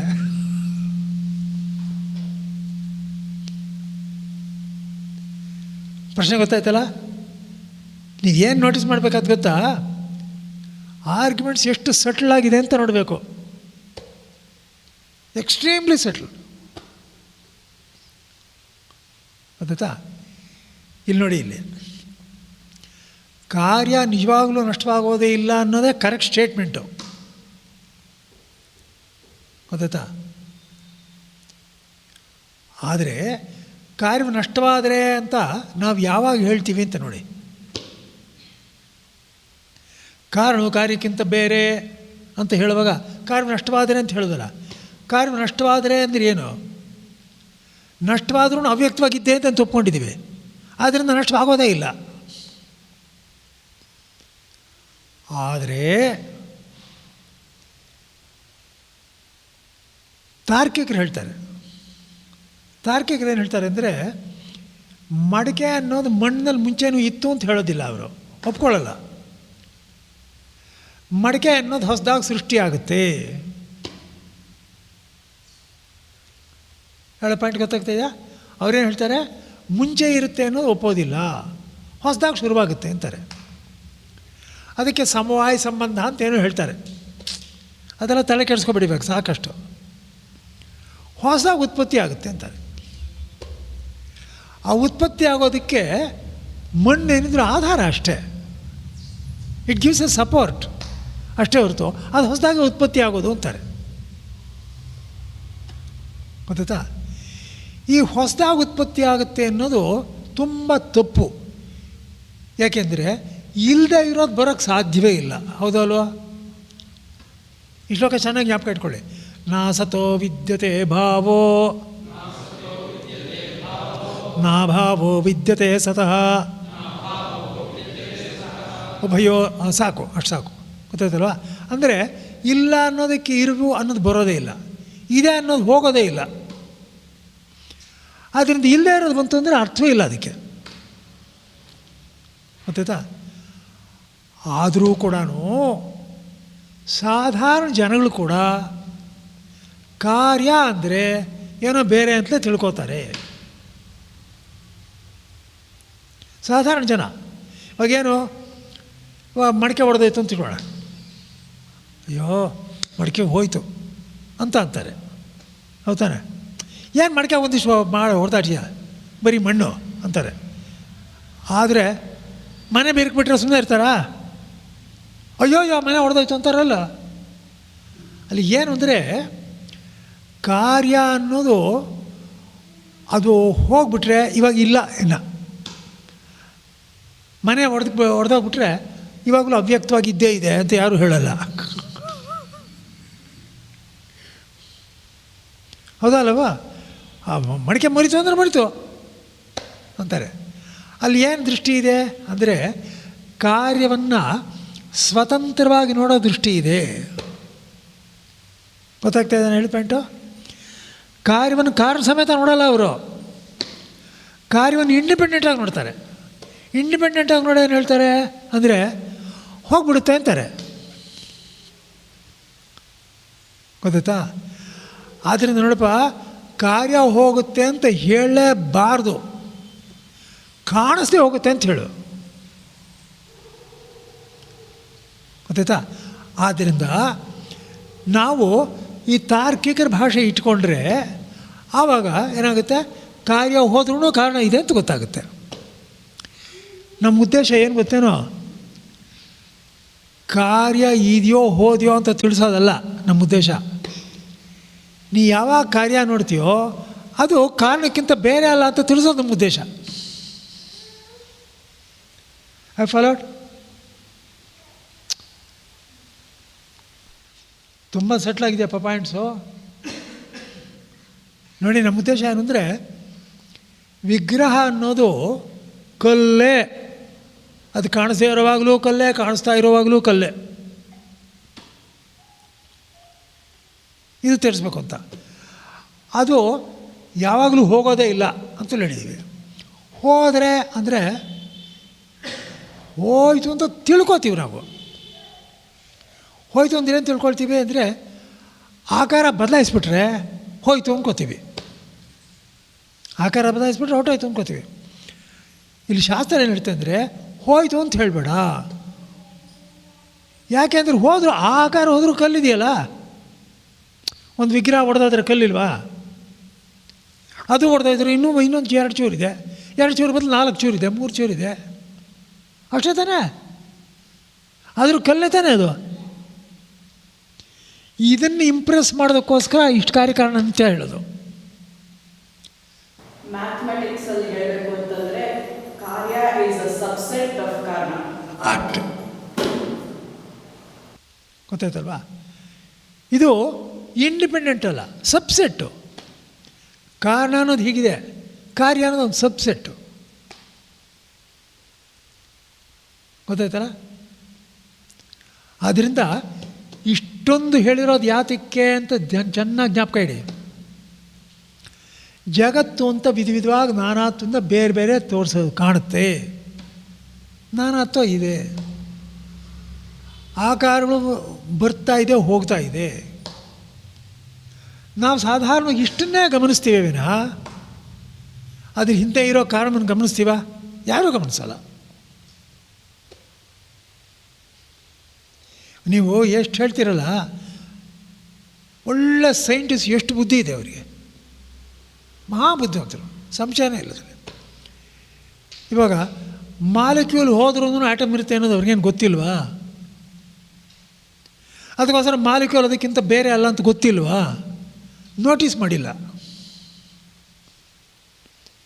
ಮಾಲಿಕ್ಯೂಲ್ ಅಂದರೆ ನಿಜವಾಗ್ಲೂ ಆಟಮ್ಮೇ, ಅದು ಏನು ವ್ಯತ್ಯಾಸ ಇಲ್ಲ ಅಂತ ನೋಟಿಸ್ ಮಾಡಿಲ್ಲ. ಅವ್ರು ನೋಟಿಸ್ ಮಾಡಬೇಕು ನಮ್ಮ ಉದ್ದೇಶ. ಅರ್ಥ ಆಗ್ತಾ ಇದೆಯಾ? ಯಾಕೆ ಅಂತ ಹೇಳ್ತೀನಿ ನೋಡಿ. ಅವ್ರು ನೋಟಿಸ್ ಮಾಡಿದ್ರೆ ಏನು ಲಾಭ ಅದು ನೋಡಿ. ಇವಾಗ ನೋಡಿಪ್ಪ, ಜಗತ್ತು ಇರಬೇಕಾಗಿದ್ದರೆ ಮಾಲಿಕ್ಯೂಲ್ಸ್ ಇರಲೇಬೇಕು ತಾನೆ. ಮಾಲಿಕ್ಯೂಲ್ಸ್ ಇಲ್ಲದೆ ಜಗತ್ತು ಇರಲ್ಲ ತಾನೆ. ಆದ್ದರಿಂದ ಮಾಲಿಕ್ಯೂಲ್ಸ್ ಆಬ್ಸಲ್ಯೂಟ್ಲಿ ನೆಸರಿ ಜಗತ್ತಿರೋದಕ್ಕೆ ಕಾರಣ ಅದು. ಆದರೆ ಮಾಲಿಕ್ಯೂಲ್ಸ್ ಬಂದರೆ ಅದು ಕಾರಣ ಅಲ್ಲ, ಅದು ಕಾರ್ಯವೇ, ಹೌದಲ್ಲ? ಇವಾಗ ಇದಿರಬೇಕಾಗಿದ್ದರೆ ಆಬ್ಸಲ್ಯೂಟ್ಲಿ ನೆಸರಿ ಆಟಮ್ಸ್ ಇರಬೇಕು, ಹೌದಲ್ವಾ? ಹಿಂದಿಂದಕ್ಕೆ ಹೋಗ್ತಾ ಇರಿ. ಹಾಗೇ ನೀವು ಎಷ್ಟು ಹಿಂದೆ ಹೋದ್ರೂ ಕೊನೆಯಲ್ಲಿರೋ ಒಂದು ಪೆನಲ್ಟಿಮೇಟ್ ಕಾರ್ಯ ಒಂದಿದೆ ಅಂತ ಇಟ್ಕೋ. ಅದು ಇರಬೇಕಾಗಿದ್ದರೆ ಅದಕ್ಕೆ ಹಿಂದೆ ಅಲ್ಟಿಮೇಟ್ ಯಾವುದಿದೆಯೋ ಅದು ಕಾರ್ಯ ಆಗಿರಬಾರ್ದು ಅಲ್ವಾ? ಅದು ಕಾರ್ಯ ಆಗಿಬಿಟ್ರೆ ಅದಕ್ಕೆ ಸಪೋರ್ಟ್ ಏನೋ ಅಂತೀವಿ, ಅದು ಕಾರ್ಯ ಅದಕ್ಕೆ ಸಪೋರ್ಟ್ ಏನೋ ಅಂತೀವಿ. ಇದಕ್ಕೆ ಅನವಸ್ಥಾ ದೋಷ ಅಂತಾರೆ. The fault of infinite regression ಅಂತಾರೆ. ಗೊತ್ತಾಗ್ತಾ ಇದೆಯಾ ನಿಮಗೆ?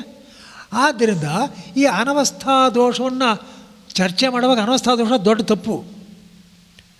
ನೀವು ಆರ್ಗ್ಯೂ ಮಾಡ್ತಾ ಅನವಸ್ಥಾ ದೋಷದಲ್ಲಿ ಎಂಡಪ್ ಆದರೆ ಇಟ್ಸ್ ಯೂಸ್ಲೆಸ್ ಅಂತ. ಅದಕ್ಕೋಸ್ಕರ ಅನವಸ್ಥಾ ದೋಷವನ್ನು ತಪ್ಪಿಸೋದಕ್ಕೋಸ್ಕರ ಕಾರ್ಯವಲ್ಲದೇ ಇರೋ ಒಂದು ಕಾರಣ ಇದೆ ಅಂತ ಒಪ್ಕೋಬೇಕು, ಅಂದರೆ ಸತ್ಯ ಅಂತ ಒಪ್ಕೋಬೇಕು. ಅಲ್ಲಿಗೇನಾಯಿತು, ಇದು ಅದಕ್ಕಿಂತ ಬೇರೆ ಎಲ್ಲ ಬರೀ ಸಪೋರ್ಟ್ ಅಷ್ಟೇ ಅದು ಅಂತಂತ ತಿಳ್ಕೊಂಡ್ರೆ ಅವಾಗೇನು ಮೂಲ ಕಾರಣದವರೆಗೂ ಹೋಗಲೇಬೇಕು. ಅದರ ದೇರಿಂದ ಆಲ್ಟರ್ನೇಟಿವ್. ಸೈಂಟಿಸ್ಟ್ ಅದನ್ನು ನೋಟಿಸ್ ಮಾಡಿಲ್ಲ. ನಿಮ್ಗೆ ಅರ್ಥವಾಗ್ತಾ ಇದೆಯಾ? ಅಂದರೆ ಅವ್ರ ಥಿಂಕಿಂಗ್ ಪ್ರಾಸೆಸ್ನಲ್ಲಿ ಈ ಐಡಿಯಾ ಇಲ್ಲದೆ ಇರೋದರಿಂದ, ಕಾರ್ಯವನ್ನೇ ಇಂಡಿಪೆಂಡೆಂಟಾಗಿ ನೋಡ್ತಾ ಇರೋದರಿಂದ they could not get this knowledge. ನಾನು ಹೇಳೋ ಪಾಯಿಂಟ್ ಗೊತ್ತಾಗ್ತಾ ಇದೆ ನಿಮಗೆ? ಕಾರ್ಯವನ್ನು ಇಂಡಿಪೆಂಡೆಂಟಾಗಿ ನೋಡ್ತಾ ಇದ್ದಾರೆ ಅವರು. ಮಾಲಿಕ್ಯೂಲ್ಸ್ ಅಂದರೆ ಬೇರೆ ಬೇರೆ ಬೇರೆ ಮಾಲಿಕ್ಯೂಲ್ಸ್ ಎಷ್ಟೊಂದಿದೆ, ಅದು ಇದು ಮಾಲಿಕ್ಯೂಲ್ಸ್ ತಯಾರು ಮಾಡಬೇಕು ಅಲ್ಲೆಲ್ಲ ಹೇಳ್ತಾರೆ. ಗೊತ್ತಾಯ್ತಲ್ವಾ? ಆದ್ದರಿಂದ ತಾರ್ಕಿಕರು ಹೇಳೋಂಥ ಕಾರ್ಯ ಏನಿದೆ ಅಂದರೆ ಅದು ಕಾರಣಕ್ಕಿಂತ ಬೇರೆಯಾದ್ದು, ಕಾರಣಕ್ಕಿಂತ ಭಿನ್ನವಾದ್ದು. ಅದು ನಷ್ಟವಾಯಿತು ಅಂತಲೂ ಅಲ್ಲ, ಅದು ಇಲ್ಲವೇ ಇಲ್ಲ. ಕಾರಣಕ್ಕಿಂತ ಭಿನ್ನವಾದ್ದು. ಕಾರಣಕ್ಕಿಂತ ಭಿನ್ನವಾಗಿರ್ತಕ್ಕಂಥ ಕಾರ್ಯ ಇರುತ್ತಾ? ಮಣಿಗಿಂತ ಬೇರೆ ಇರೋ ಮಡಿಕೆ ಇರುತ್ತಾ? ಕಲ್ಲಿಗಿಂತ ಬೇರೆ ಇರೋ ವಿಗ್ರಹ ಇರುತ್ತಾ? ಸಾಧ್ಯವೇ ಇಲ್ವಲ್ಲ. ಆಟಮ್ಸ್ ಇಲ್ಲದೆ ಇರತಕ್ಕಂಥ ಮಾಲಿಕ್ಯೂಲ್ಸ್ ಇರುತ್ತಾ? ಮಾಲಿಕ್ಯೂಲ್ಸ್ ಇಲ್ಲದೆ ಇರೋ ಜಗತ್ತಿರುತ್ತಾ? ಆದ್ದರಿಂದ ಕಾರಣಕ್ಕಿಂತ ಬೇರೆ ಅಂತ ಹೇಳ್ತಕ್ಕಂಥ ಸಿದ್ಧಾಂತ ಪೂರ್ತಿ ತಪ್ಪು.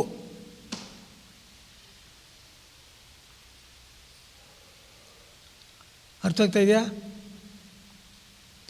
ಅವ್ರನ್ನ ಪೂರ್ತಿ ಹೇಳು. ಇಲ್ಲಿ ಮುಂದೆ 7ನೇ ಸೆಕ್ಷನ್ ಇದೆ. 7ನೇ ಸೆಕ್ಷನ್ನು ಇಂಥರ ಪ್ರೂಫು. ಯಾವುದಕ್ಕೆ ಪ್ರೂಫ್ ಅಂದರೆ ಕಾರಣಕ್ಕಿಂತ ಬೇರೆಯಾಗಿರೋದು ಕಾರ್ಯ ಅಂತ ಏನಿದೆಯೋ ಅದು ನಾನ್ ಎಕ್ಸಿಸ್ಟೆಂಟ್, ಇಲ್ಲವೇ ಇಲ್ಲ ಅಂತ ಪ್ರೂಫು. ಈ ಸೆಕ್ಷನ್ನ ನೀವೆಲ್ಲ ಕಾಂಪ್ಲಿಕೇಟೆಡ್ ಪ್ರಾಬ್ಲಮ್ಸ್ ಮಾಡೋರು, ಇದನ್ನು ನೀವೇ ಸ್ಟಡಿ ಮಾಡಿ,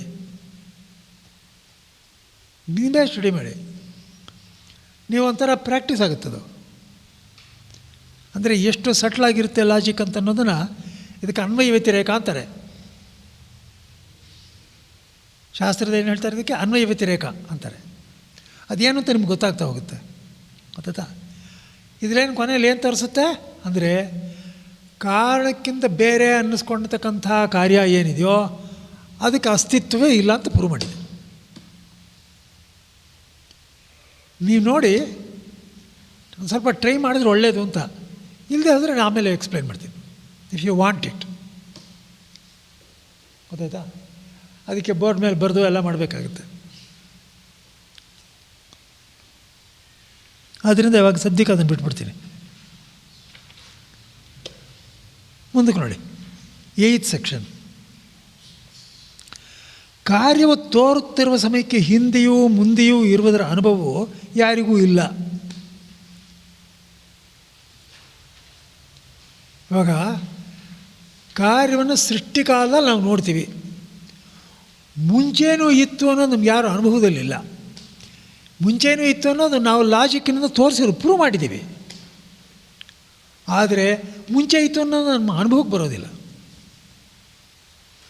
ಆದ್ದರಿಂದ ಮೇಲಿನಂತೆ ಸುಮ್ಮನೆ ಇಷ್ಟೆಲ್ಲ ಸರ್ಕಸ್ ಮಾಡಿ ಮಾತಾಡೋದ್ರ ಬದಲು ಸುಮ್ಮನೆ ಸಿಂಪಲ್ ಹೇಗೆ ಹೇಳಬಾರ್ದು? ಇದು ದ್ವೈತಿಗಳು ಹೇಳೋದು, ಇದೆಲ್ಲ ಆರ್ಗ್ಯುಮೆಂಟ್ಸು. ಏನಂದ್ರೆ ನೋಡಿ, ಮಡಿಕೆ ಈಗ ಮಾತ್ರ ಇದೆ, ಮಣ್ಣಿನಲ್ಲಿರೋ ವಿಶೇಷ ಶಕ್ತಿ ಇದು ಉತ್ಪತ್ತಿ ಆಗೋದಕ್ಕೆ ಕಾರಣ ಆಗಿದೆ. ನೋಡಿ, ಇವಾಗ ಮಾಲಿಕ್ಯೂಲ್ ಅನ್ನೋದು ಆಟಮ್ನಲ್ಲಿ ಇಲ್ಲವೇ ಇಲ್ಲ,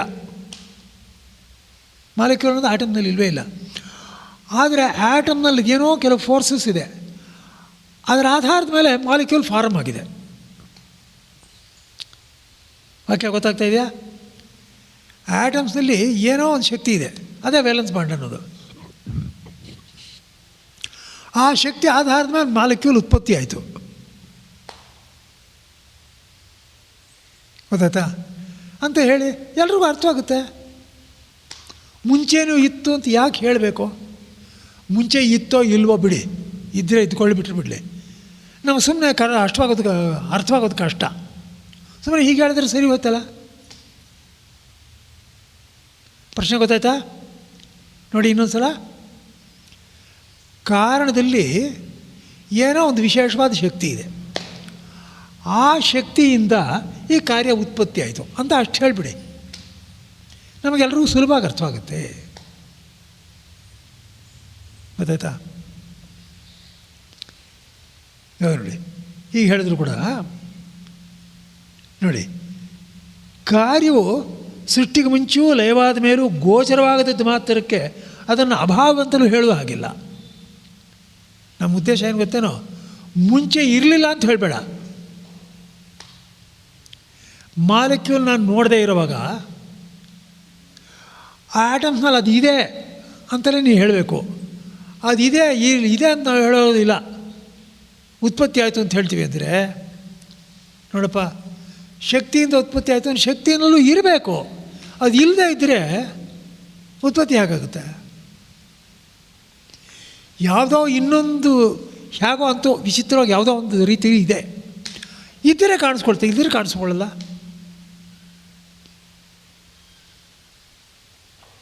ಇವಾಗ ನೋಡಿಪ್ಪ, ಆಲಿಕಲ್ಲು ಮಳೆ ಬೀಳುತ್ತೆ, ಆಕಾಶದಲ್ಲಿ ನೀರಿನಲ್ಲಿ ಆಲಿಕಲ್ಲಿದೆಯೇನಪ್ಪ? ಇಲ್ಲ. ಏನೋ ವಿಚಿತ್ರ ಶಕ್ತಿ ಎಲ್ಲ ಸೇರಿಕೊಳ್ತು, ಆಯಿತು. ಈ ಆಲಿಕಲ್ಲು ಮುಂಚೆನೂ ಅಲ್ಲಿತ್ತು ಅಂತ ಯಾತಕ್ಕೆ ಕೇಳಬೇಕು ನೀವು? ಪ್ರಶ್ನೆ ಗೊತ್ತಾಯ್ತಾ? ನೋಡಿ, ನಮ್ಮ ಉದ್ದೇಶ ಏನು ಅಂತ ನೋಡಿ. ಇವಾಗ ನೀನು ಶಕ್ತಿ ಅಂತ ಹೇಳಿಬಿಟ್ರೆ ಮುಂಚೆ ಇಲ್ಲದೆ ಇರೋದು ಸೃಷ್ಟಿ ಮಾಡ್ತು ಅಂತ ಹೇಳ್ತೀಯಾ ನೀನು? ಶಕ್ತಿ ಮುಖಾಂತರ ಇಟ್ಕೋ, ಶಕ್ತಿ ಬೇಡ ಅಂತ ನಾವೇನು ಹೇಳಲಿಲ್ಲ. ಇಲ್ಲದೆ ಇರೋದನ್ನು ತಂತು ಅಂತ ಹೇಳ್ತೀವೋ, ಇರೋದನ್ನೇ ತಂತು ಅಂತ ಹೇಳ್ತೀವೋ? ಇಲ್ಲದೇ ಇರೋದಂತೂ ತರೋಕ್ಕಾಗೋಲ್ಲ. ನಾಸತೋ ವಿದ್ಯತೆ ಭಾವೋ ನಾಭಾವ ವಿದ್ಯತೆ ಸ್ತಃ. ಇರೋದನ್ನೇ ತರಬೇಕು. ಹೌದಾಯ್ತಾ? ಅಲ್ಲಿ ಏನಪ್ಪ ಅಂದರೆ, ಇವಾಗ ಇರೋದನ್ನೇ ತರಬೇಕು ಅಂತ ಒಪ್ಕೊಂಡ್ಮೇಲೆ ನೋಡೀಗ ನೀನು, ಇದು ಕಾರಣ, ಇದು ಶಕ್ತಿ, ಇದು ಕಾರ್ಯ. ಕಾರಣ, ಶಕ್ತಿ, ಕಾರ್ಯ. ಈ ಶಕ್ತಿಯಿಂದ, ಕಾರಣದಲ್ಲಿರೋ ಶಕ್ತಿಯಿಂದ ಇದು ಉತ್ಪತ್ತಿ ಆಯಿತು ಅಂತ ಹೇಳಿದೆ. ಇರೋದನ್ನೇ ತಂದಿದೆ. ಇರೋದನ್ನೇ ತಂದಿದೆ ಅಂದಮೇಲೆ ಈ ಕಾರ್ಯ ಶಕ್ತಿಗಿಂತ ಬೇರೆಯಲ್ಲ. ಇದು ತಾನೇ ಕಾರಣ. ಅದು ಇದಕ್ಕಿಂತ ಬೇರೆಯಲ್ಲ. ಮತ್ತು ಈ ಶಕ್ತಿ ನೀನೇ ಒಪ್ಪಿದೆಯಾ ಕಾರಣಕ್ಕಿಂತ ಬೇರೆಯಲ್ಲ. ಗೊತ್ತಾಗಲಿಲ್ವಾ ನಾನು ಹೇಳಿದ್ದು? ಇನ್ನೊಂದ್ಸಲ ಹೇಳ್ಬೇಕೇನಪ್ಪ? ಗೊತ್ತಾಯ್ತಲ್ಲ? ಕಾರಣ, ಕಾರ್ಯ, ಶಕ್ತಿ, ಆಟಮ್ಸು, ವ್ಯಾಲೆನ್ಸ್ ಬಾಂಡ್ಸು, ಮಾಲಿಕ್ಯೂಲು. ಇವಾಗ ನೀನು ಈ ವ್ಯಾಲೆನ್ಸ್ ಬಾಂಡ್ನಲ್ಲಿ ಇತ್ತು ಅಂತ ನಾವು ಹೇಳಲ್ಲ. ಅಂದರೆ ಅದು ಇಲ್ಲದೆ ಇದ್ದರೆ ಅದು ಬರೋದೇ ಇಲ್ಲ. ಅದನ್ನ ಇತ್ತು ಅಂತಲೇ ಇಟ್ಕೋಬೇಕು. ಸರಿ, ಇತ್ತು ಅಂತ ಆದಮೇಲೆ ಸರಿ, ಅಲ್ಲಿ ಈ ಕಾರ್ಯಕ್ಕೆ ಉಪಾದಾನ ಈ ಶಕ್ತಿ. ಸರಿ, ಆ ಶಕ್ತಿ ಅಲ್ಲಿಂದ ತಾನೇ ಬಂದಿದ್ದು, ಅದೇ ತಾನೇ. ಆದರೆ ಅದರೊಳಗಿದೆ ಅಂತಾಯಿತು. ಆ ಶಕ್ತಿ ಅದಕ್ಕಿಂತ ಬೇರೆಯಲ್ಲ. ಕಾರ್ಯ ಶಕ್ತಿಗಿಂತ ಬೇರೆಯಲ್ಲ, ಶಕ್ತಿ ಕಾರಣಕ್ಕಿಂತ ಬೇರೆಯಲ್ಲ. ಪುನಃ ಸುತ್ತಾಕೊಂಡು ದ್ರಾವಿಡ ಪ್ರಾಣಾಯಾಮ ಮಾಡಿ ನೀನು ಕಾರ್ಯ ಕಾರಣಕ್ಕಿಂತ ಬೇರೆ ಅಲ್ಲ ಅನ್ನೋದೇ ಒಪ್ಕೊಂಡೆ. ಅರ್ಥ ಆಯ್ತಾ? ಪ್ರತಿಯೊಬ್ಬರಿಗೂ ಪಾಯಿಂಟು ಫಾಲೋ ಮಾಡಿದ್ಯಾ? ಇನ್ನೊಂದ್ಸಲ ಹೇಳ ನೋಡಿ.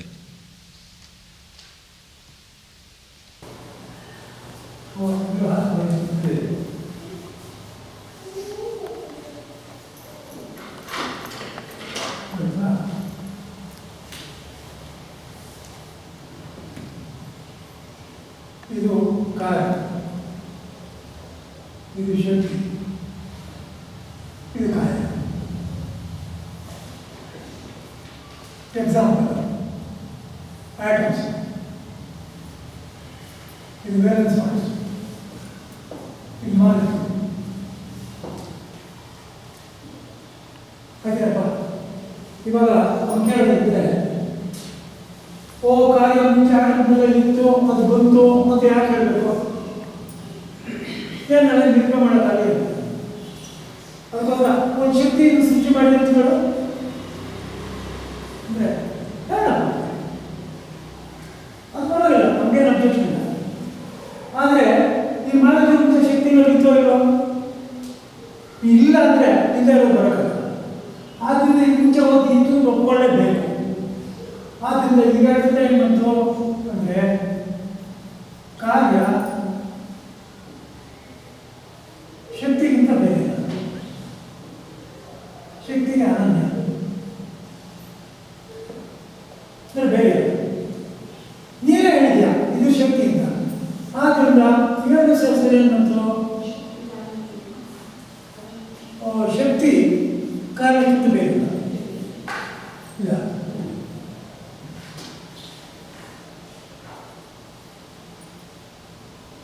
ಶಕ್ತಿ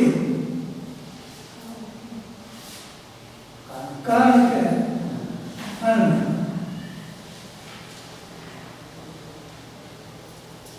ಅಲ್ಲಿ ಪುನಃ ಕಾರ್ಯ ಅನನ್ಯ ಅಂತ ಹಾಕಿಲ್ಲ.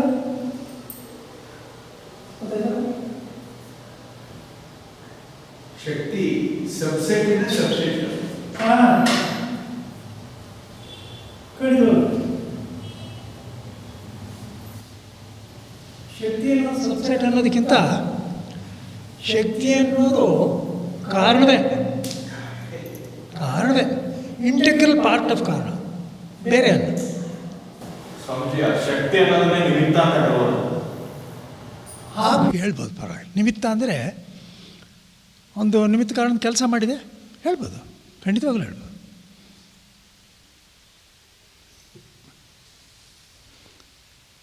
ಆದ್ದರಿಂದ ನೋಡಿ ಎಷ್ಟು ಪವರ್ಫುಲ್ ಆಗಿದೆ ಲಾಜಿಕ್ಕು. ಏನು ಹೇಳ್ತೀವಿ ಗೊತ್ತಾ? ಅಸದೇವ ಇದಮಗ್ರ ಆಸೀತ್ ತಥೋ ವೈ ಸದಜಾಯತ ಅನ್ನುತ್ತೆ. ಏನು ಗೊತ್ತಾ, ಇದನ್ನೆಲ್ಲ ತೋರಿಸ್ಬಿಟ್ಟು ಇದೆಲ್ಲ ಮುಂಚೆ ಅಸತ್ಯ ಆಗಿತ್ತು ಅಂದ್ರೇನು ಇರಲಿಲ್ಲ, ಮುಂಚೆ ಅಸತ್ಯ ಆಗಿತ್ತು,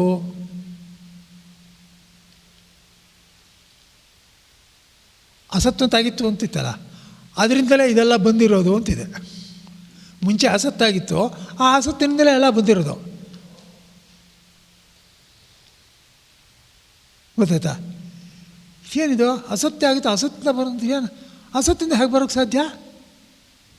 ಅಸತ್ತಿಂದ ಬರೋಕ್ಕೆ ಸಾಧ್ಯವಿಲ್ಲ. ಇದು ಅಸತ್ಯ ಆಗಿದ್ದರೆ ಇದು ಅಸತ್ಯ ಹೇಗಾಗುತ್ತಿದ್ವೋ ಇರೋದು? ಇದು ಅಸತ್ವ ಅಲ್ಲ, ಅದು ಅಸತ್ತಿಂದ ಬಂದೂ ಇಲ್ಲ. ಯಾವ ಅರ್ಥದಲ್ಲಿ ಹೇಳಿದೆ ಅಂದರೆ, ನೋಡು, ಕಾರಣ ಅನ್ನೋದಿದೆಯಲ್ಲ ಬಹಳ ಸೂಕ್ಷ್ಮ. ಆದ್ದರಿಂದ ಸಾಧಾರಣವಾಗಿ ಕಾಣಿಸ್ದೇ ಇರೋ ಸೂಕ್ಷ್ಮವಾಗಿರೋದನ್ನು ಅಸತ್ತು ಅಂದ್ಬಿಡ್ತಾರೆ ಜನಗಳು, ಅಲ್ಲೇನಪ್ಪ? ಆದ್ದರಿಂದ ಆ ಭಾಷೆಯನ್ನು ಇಟ್ಕೊಂಡ್ರೆ ಅವರು ಬ್ರಹ್ಮ ಅಂದರೆ ಏನಪ್ಪ ಅಸತ್ತು ಅನ್ನೋ ಥರ ಇದೆ ಅವ್ರ ಮನಸ್ಸಿನಲ್ಲಿ. ಅವ್ರನ್ನ ತಿದ್ದೋದಕ್ಕೋಸ್ಕರ ಹೀಗೆ ಹೇಳ್ತಾರೆ. ನೋಡು, ನೀನು ಯಾವುದನ್ನು ಸತ್ತು ಅಂದ್ಕೊಂಡಿದ್ಯೋ ಅದು ಸತ್ತೆ ಅನ್ನೋದಕ್ಕೆ. ಇವಾಗ ಈದಮ್ ಅಂತ ಅನ್ನೋದು ಒಪ್ಕೊಂಡ್ಮೇಲೆ ನೀವು ಒಪ್ಕೊಂಡಿದ್ಯಾ, ಸತ್ತಂತ ಒಪ್ಕೊಂಡಿದ್ಯಾ. ಇದಿತ್ತು ಮುಂಚೆ,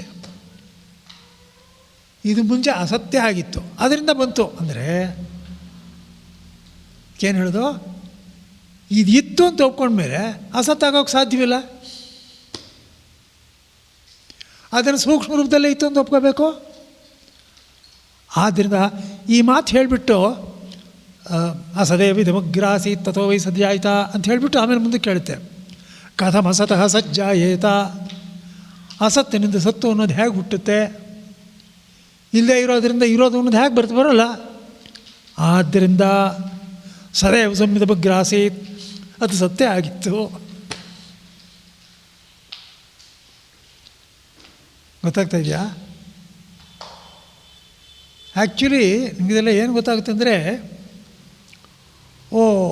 ಆರ್ಗ್ಯುಮೆಂಟ್ಸ್ ಇದೆಯಲ್ಲ ಅದು ತುಂಬ ಇನ್ನಿಂಥ ಲಾಜಿಕ್ ಮಾಡೋರ್ಗು ಸ್ಯಾಟಿಸ್ಫೈ ಆಗಬೇಕು, ಆ ಥರ ಇದೆ. ನೋಡಿ, ವೇದಾಂತವನ್ನು ಸರಳವಾಗಿ ಸುಮ್ಮನೆ ಸಾಧಾರಣ ಜನಗಳಿಗೆ ಹೇಳ್ಬಿಡ್ಬೋದು ಬೇಕಿದ್ರೆ.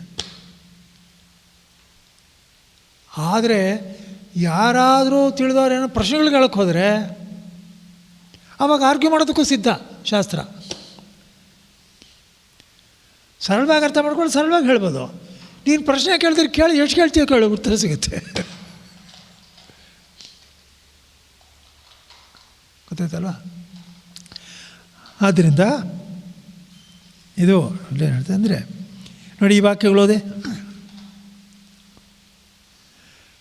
ಕಾರಣಸ್ಯ ಆತ್ಮಭೂತ ಶಕ್ತಿ, ಹೇಳಿ, ಶಕ್ತೇಶ್ಚ ಆತ್ಮಭೂತಂ ಕಾರ್ಯಂ. ಶಕ್ತಿಯು ಕಾರಣದ ಸ್ವರೂಪವೇ, ಕಾರ್ಯವು ಶಕ್ತಿಯ ಸ್ವರೂಪವೇ. ಗೊತ್ತಾಯ್ತಲ್ಲ?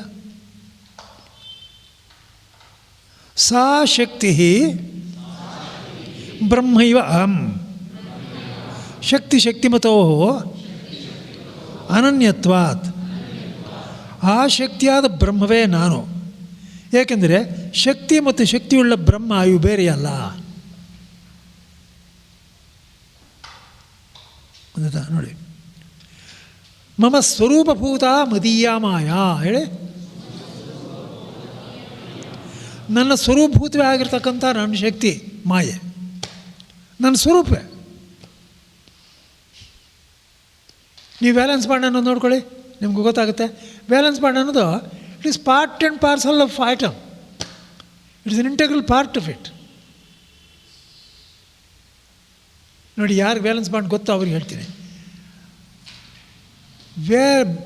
ಬರೀ ಆಟಮ್ ವಿಚಾರ ಮಾತಾಡ್ತಾ ಇರುವಾಗ ವ್ಯಾಲೆನ್ಸ್ ಬಾಂಡ್ ಅಂತ ನಾವ್ಯಾರು ಮಾತಾಡೋಲ್ಲ, ಹೌದಲ್ಲಪ್ಪ? ವ್ಯಾಲೆನ್ಸ್ ಬಾಂಡ್ ಸುದ್ದಿ ಯಾವಾಗ ಎತ್ತೀವಿ? ಮಾಲಿಕ್ಯೂಲ್ ಫಾರ್ಮೇಷನ್ ಬಂದಾಗ ಸುದ್ದಿ ಎತ್ತೀವಿ, ಇಲ್ದಿರ ಮಾತಾಡೋಲ್ಲ. ಗೊತ್ತಾಯ್ತಾ ಇಲ್ಲ? ಯಾತಕ್ಕೆ ಅಂದರೆ ಈ ವ್ಯಾಲೆನ್ಸ್ ಬಾಂಡ್ ಅನ್ನೋದು ಆಟಮ್ಮೇ, ಅದರಲ್ಲಿರೋ ಒಂದು ವಿಚಿತ್ರ ಶಕ್ತಿ ಅಷ್ಟೇ.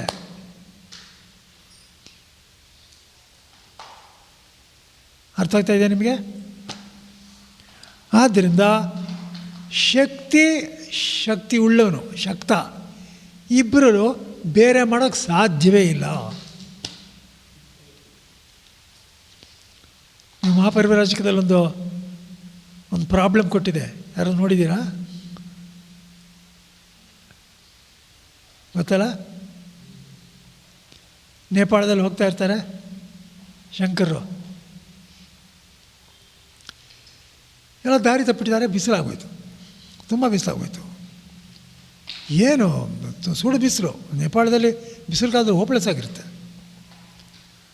ಆಮೇಲೆ ಪಾಪ ಬಿದ್ದುಬಿಟ್ಟಿದ್ದಾರೆ ಕೆಳಗೆ. ಅವ ಒಳ್ಳೆ 45-50 ವಯಸ್ಸು ಹೆಂಗಸೊಬ್ಳು ಬಿಂದಿಗೆಯಲ್ಲಿ ನೀರು ತೊಗೊಂಬಂದಿದ್ದಾಳೆ. ಇವ್ರು ಪಾಪ ಇಲ್ಲಿ ಕೆಳಗಡೆ ಬಿದ್ದುಬಿಟ್ಟಿದ್ದಾರೆ. ಅಮ್ಮ ದಯವಿಟ್ಟು ಒಂದು ಸ್ವಲ್ಪ ನೀರು ಕೊಡು ಕುಡಿಯೋದಕ್ಕೆ ಅಂತಾರೆ. ಅವಳು ಒಳ್ಳೆ ಗತ್ತಾಗಿ ಅಲ್ಲಿ ಬಿಂದಿಗೆ ಅಲ್ಲೇ ಕೆಳಗಡೆ ಇಟ್ಬಿಟ್ಟು ನೀರೇ ಬಂದು ತಗೋ ಅಂತಾಳೆ. ಆವಾಗ ಹೇಳ್ತಾರೆ, ಇಲ್ಲಮ್ಮ ಶಕ್ತಿ ಇಲ್ಲಮ್ಮ ನನಗೆ, ದಯವಿಟ್ಟು ನೀರೇ ಕುಡಿ. ಹೇಳೋಕ್ಕೆ ನನಗೆ ಶಕ್ತಿ ಇಲ್ಲ. ಶಕ್ತಿ ಮತ್ತು ಅನನ್ಯತ್ವ ಅಂತ ಹೇಳಿದೆ. ನಿಂದೆ ಅಲ್ವಾ ಶಕ್ತಿ? ಎಲ್ಲೋಯ್ತು? ಬಂದು ತಗೋ ಅಮ್ಮ, ವಾದ ಆಮೇಲಾಗಲಿ ನಮ್ಮ ಒಂದು ಕೊಡು. ನೋಡು, ನೀನು ಶಕ್ತಿವಾನಂತ ಆದರೆ ನನಗೆ ಇಲ್ಲ ಅಂತ ಕೈ ಬಿಡು, ನಾನು ತಂದುಕೊಡ್ತೀನಿ. ಇಲ್ಲದೆ ಹೋದರೆ ನೀನೇ ತೊಗೊಂಡೋಗು. ಅದಕ್ಕೇನು ಉತ್ತರ ಅಂತ ಉತ್ತರ ಅಲ್ಲಿ ಹೇಳಿಲ್ಲ. ಗ್ಯಾಸ್ ಮಾಡಿ. ಈ ಘಟನೆಯಲ್ಲಿ ಶಕ್ತಿವಾದ ಅನನ್ಯತ್ವ ಅಂತ ಇದೆಯಲ್ಲ, ಈ ಒಗಟಿಗೆ ನೀವು ಬಿಡಿಸ್ಬೇಕು ಇವಾಗ. ಈ ಒಗಟನ್ನು ಸಮಸ್ಯೆ ಗೊತ್ತಾಯ್ತಾ ನಿಮಗೆ? ನಾನು ಹೇಳಿದ್ದು ಇಲ್ಲ ಅವೆಲ್ಲ ಇಲ್ಲ. ಇಲ್ಲಿ ಎಲ್ಲ ವ್ಯಾವಹಾರಿಕವೇ. ಯೋಚನೆ ಮಾಡಿ.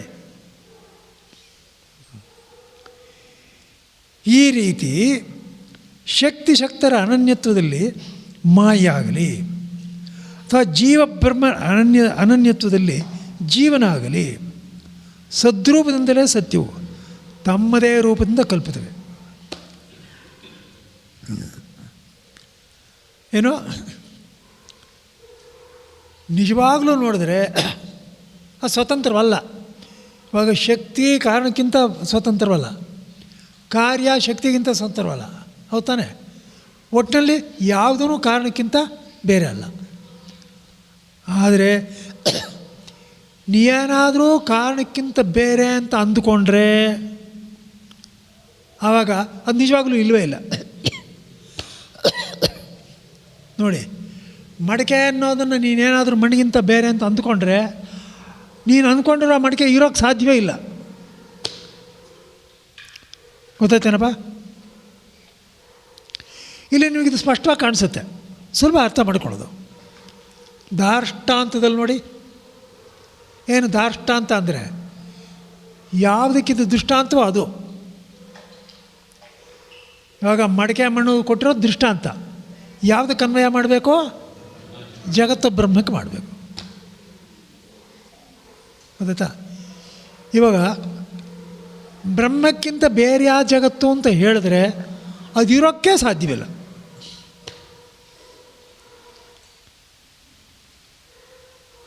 ಗೊತ್ತಾಗ್ತಾ ಇದೆ ನಿಮಗೆ? ಅದನ್ನೇ ಭಾಷ್ಯಕಾರರು ಹೇಳಿರೋದು. ಸರ್ವಂಚ ನಾಮರೂಪಾದಿ ಸದಾತ್ಮನ ಏವ ಸತ್ಯಂ ವಿಕಾರಜಾತಂ ಸ್ವತಸ್ತು ಅನೃತಮೇವ ವಾಚಾರಂಭಣಂ ವಿಕಾರೋ ನಾಮಧೇಯಂ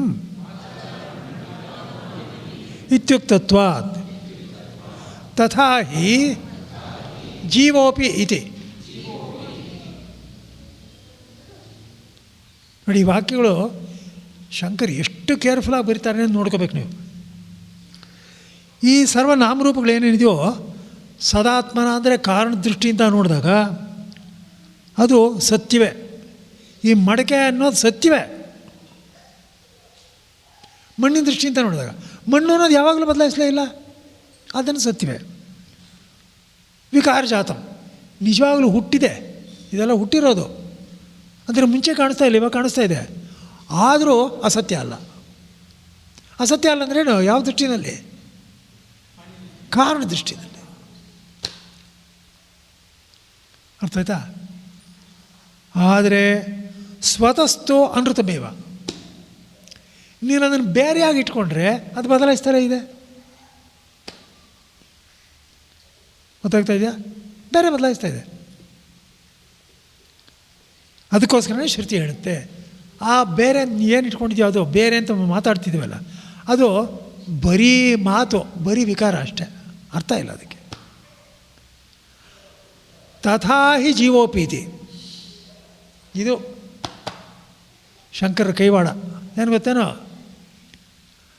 ಇವಾಗ ಇಷ್ಟೊತ್ತು ಮಡಿಕೆ ಮಣ್ಣು ಅಂತ ಏನು ಹೇಳಿದ್ರು, ಹಾಗೇ ಜೀವ ಬ್ರಹ್ಮ ಕೂಡ.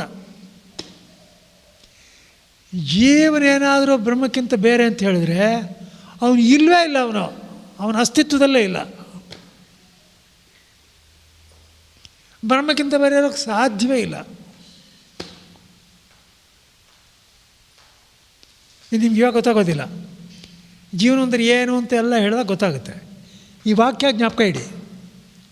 ಒಟ್ಟಿನಲ್ಲಿ ಜಗತ್ತಿನ ವಸ್ತುಗಳಾಗಲಿ, ಜೀವನ ಆಗಲಿ, ಯಾರೇ ಆಗಲಿ, ಏನೇ ಆಗಲಿ, ಒಂದೂ ಬ್ರಹ್ಮಕ್ಕಿಂತ ಬೇರೆ ಅಂತ ಹೇಳಿದ್ರೆ ಅದಕ್ಕೆ ಅಸ್ತಿತ್ವವೇ ಇಲ್ಲ.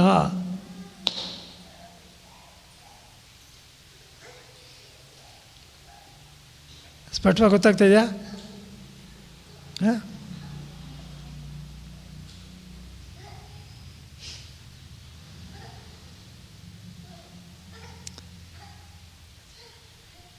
ಇವಾಗಿಲ್ಲಿ ಬಹಳ ಒಳ್ಳೆ ಒಂದು ಡಿಸ್ಕಷನ್ ಇದೆ. ಇದು ನೋಡಿ, ಮಡಿಕೆ ಆಭರಣಗಳು ಮಣ್ಣು ಬಂಗಾರಕ್ಕಿಂತ ಬೇರೆ ಇರೋ ಸಾಧ್ಯವಿಲ್ಲ ಎಂಬುದು ಸ್ಪಷ್ಟವಾಗಿ ಕಾಣ್ತಾ ಇದೆ. ಬೇರೆ ಯಾವುದರೆ ಅಭಾವವೇ ಎಂಬುದನ್ನು ಕಷ್ಟಪಟ್ಟು ಯಾವುದಕ್ಕೆ ಸಾಧಿಸ್ತಾ ಇದ್ದೀರಾ? ಬೇರೆ ಆದರೆ ಅಭಾವ ಅಂತ ಯಾವುದಕ್ಕೆ ಸಾಧಿಸಬೇಕು? ಅರ್ಥ ಆಗ್ತಾ ಇದೆಯಾ? ನೋಡಿ, ದೃಷ್ಟಾಂತದಲ್ಲಿ ತಿಳ್ಕೊಳ್ಳೋ ಸುಲಭ ಅಂತ ಹೇಳಿದೆ, ಅದು ಸುಲಭ. ಆದರೆ ದೃಷ್ಟಾಂತದಲ್ಲಿ ಹೇಗಿದೆಯೋ ಹಾಗೇನೆ ದಾರ್ಷ್ಟಾಂತದಲ್ಲೂ ಇದೆ. ಹೇಗೆ ನೋಡಿ, ಇವಾಗ ಬ್ರಹ್ಮ ಜಗತ್ತು ಅಂತ ತಗೊಳ್ಳಿ. ನಾವು ಜಗತ್ತು ಬ್ರಹ್ಮಕ್ಕಿಂತ ಬೇರೆಲ್ಲ ಅಂತ ತೋರಿಸ್ಬೇಕು. ನಾವೇನು ತೋರಿಸ್ಬೇಕು? ಜಗತ್ ಬ್ರಹ್ಮಕ್ಕಿಂತ ಬೇರೆ ಅಂತ ತೋರಿಸ್ಬೇಕು. ಇವಾಗ ಜಗತ್ ಬ್ರಹ್ಮಕ್ಕಿಂತ ಬೇರೆಯಲ್ಲ ಅಂತ ತೋರಿಸೋದು ಬೇಕು ಅಂದರೆ ತೋರ್ಸೋಕ್ಕಾಗುತ್ತಾ? ಬ್ರಹ್ಮ ಪ್ರತ್ಯಕ್ಷವಲ್ಲ. ಅರ್ಥವಾಗ್ತಾ ಇದ್ದೇನಪ್ಪ? ಇವಾಗ ಮಡಿಕೆ ಮಣ್ಣು ಎರಡೂ ಪ್ರತ್ಯಕ್ಷವಾಗಿರೋದ್ರಿಂದ ತೋರ್ಸೋಕ್ಕಾಯಿತು. ಆದರೆ ಜಗತ್ತು ಬ್ರಹ್ಮ ಹಾಗಲ್ಲ. ಜಗತ್ ಪ್ರತ್ಯಕ್ಷ, ಬ್ರಹ್ಮ ಪ್ರತ್ಯಕ್ಷವೇ ಅಲ್ಲ. ಅರ್ಥ ಆಗ್ತಾ ಇದೆಯಾ?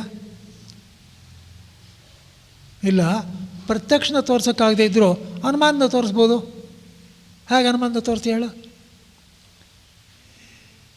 ಅನುಮಾನದ ತೋರ್ಸೋಕ್ಕಾಗಲ್ಲ. ಯಾಕೆ? ಜಗತ್ತು ವ್ಯಾಪ್ಯ. ಜಗತ್ತು ವ್ಯಾಪ್ಯ ಅಂದ್ರೆ ಗೊತ್ತಾಗ್ತಾ ಇದೆಯಲ್ಲ, ಜಗತ್ತು ವ್ಯಾಪ್ಯ. ಜಗತ್ತಿಗೂ ಬ್ರಹ್ಮ ಅನ್ನೋದು ವ್ಯಾಪಕ.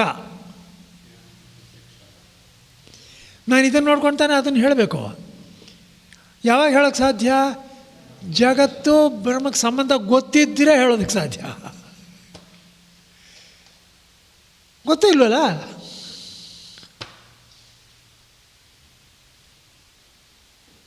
ಅರ್ಥ ಆಗ್ತಾ ಇದೆ? ಗೊತ್ತಾಗಲಿಲ್ವಾ? ಜಗತ್ತು ಹೊಗೆ, ಬ್ರಹ್ಮ ಅನ್ನೋದು ಬೆಂಕಿ. ಇವಾಗ ನಾನು ಬೆಂಕಿ ಹೊಗೆ ಎರಡು ಜೊತೆಯಲ್ಲಿ ಇರೋದು ಈಗಾಗಲೇ ತಿಳ್ಕೊಂಡಿದ್ದರೆ ಆವಾಗ ಬರೀ ಹೊಗೆ ನೋಡಿಬಿಟ್ಟು ಅಲ್ಲಿ ಬೆಂಕಿ ಇದೆಯೋ ಬೆಟ್ಟದ ಮೇಲೆ ಅಂತ ಹೇಳ್ಬೋದು. ಇವಾಗ ನಾನು ಜಗತ್ತನ್ನು ನೋಡ್ತಾ ಇದ್ದೀನಿ ವಿನಃ ಬ್ರಹ್ಮ ನೋಡೋಕ್ಕಾಗಿಲ್ಲ ನನ್ನ ಕೈಲಿ. ಆದ್ದರಿಂದ ಬ್ರಹ್ಮ ಜೊತೆ ಏನು ಸಂಬಂಧ ಅಂತಲೂ ಗೊತ್ತಿಲ್ಲ. ಗೊತ್ತಿಲ್ಲದೆ ಇರೋವಾಗ ನಾನು ಬ್ರಹ್ಮೇ ಕಾರಣ ಅಂತ ಹೇಗೆ ಹೇಳ್ತೀನಿ? ಗೊತ್ತಾಯ್ತಾ? ಆದ್ದರಿಂದ ಸಾಧಾರಣ ಜನಗಳಿಗೆ ಏನಾಗುತ್ತೆ ಅಂದರೆ ಏನೋ ಬ್ರಹ್ಮ ನೋಡೋಕ್ಕಂತೂ ಆಗಲ್ಲ, ಅನುಮಾನ ಮಾಡೋಕ್ಕೂ ಆಗಲ್ಲ, ಏನೋ ಇದೆ ಅಂತ ಹೇಳ್ತಾರೆ, ಕಾರಣ ಅಂತ ಹೇಳ್ತಾರೆ. ಏನಾದರೂ ಹೇಳ್ಕೊಳಪ್ಪ, ಅದು ಬೇರೆ ಇದು ಬೇರೆನೇ ಅಂತಾರೆ. ಏನು ರೀ ಜಗತ್ತು ಅಂದರೆ ಕಾಣಿಸ್ತಾ ಇದೆ, ಪರಮಾತ್ಮ ಅಂದ್ರೆ ಕಾಣಿಸ್ತಾ ಇಲ್ಲ, ಅದೇ ಇದು ಅಂದರೆ ಅರ್ಥ ಏನ್ರಿ? ಸಾಧಾರಣ ಎಲ್ಲರೂ ಕೇಳ್ತಾರಲ್ಲಪ್ಪ. ಆದ್ದರಿಂದ ಇವಾಗ ಇಂಥವ್ರಿಗೆ ಇವಾಗ ನಾವು ಕನ್ವಿನ್ಸ್ ಮಾಡಬೇಕು. ಎಂಥವ್ರಿವರು ಅತ್ಯಂತ ಸೂಕ್ಷ್ಮವಾಗಿದೆ, ಅಪ್ರತ್ಯಕ್ಷವಾಗಿದೆ. ಆದರೂ ಈ ಜಗತ್ತು ಬ್ರಹ್ಮಕ್ಕಿಂತ ಬೇರೆಯಲ್ಲ ಅಂತ ನಾನು ತೋರಿಸ್ಬೇಕು.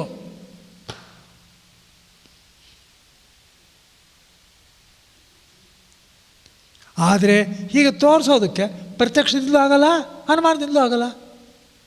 ಯಾತಕ್ಕೆ? ಬ್ರಹ್ಮವು ಪ್ರತ್ಯಕ್ಷಕ್ಕೆ ವಿಷಯವಲ್ಲ. ಗೊತ್ತಾಗ್ತಾ ಇದೆಯಾ?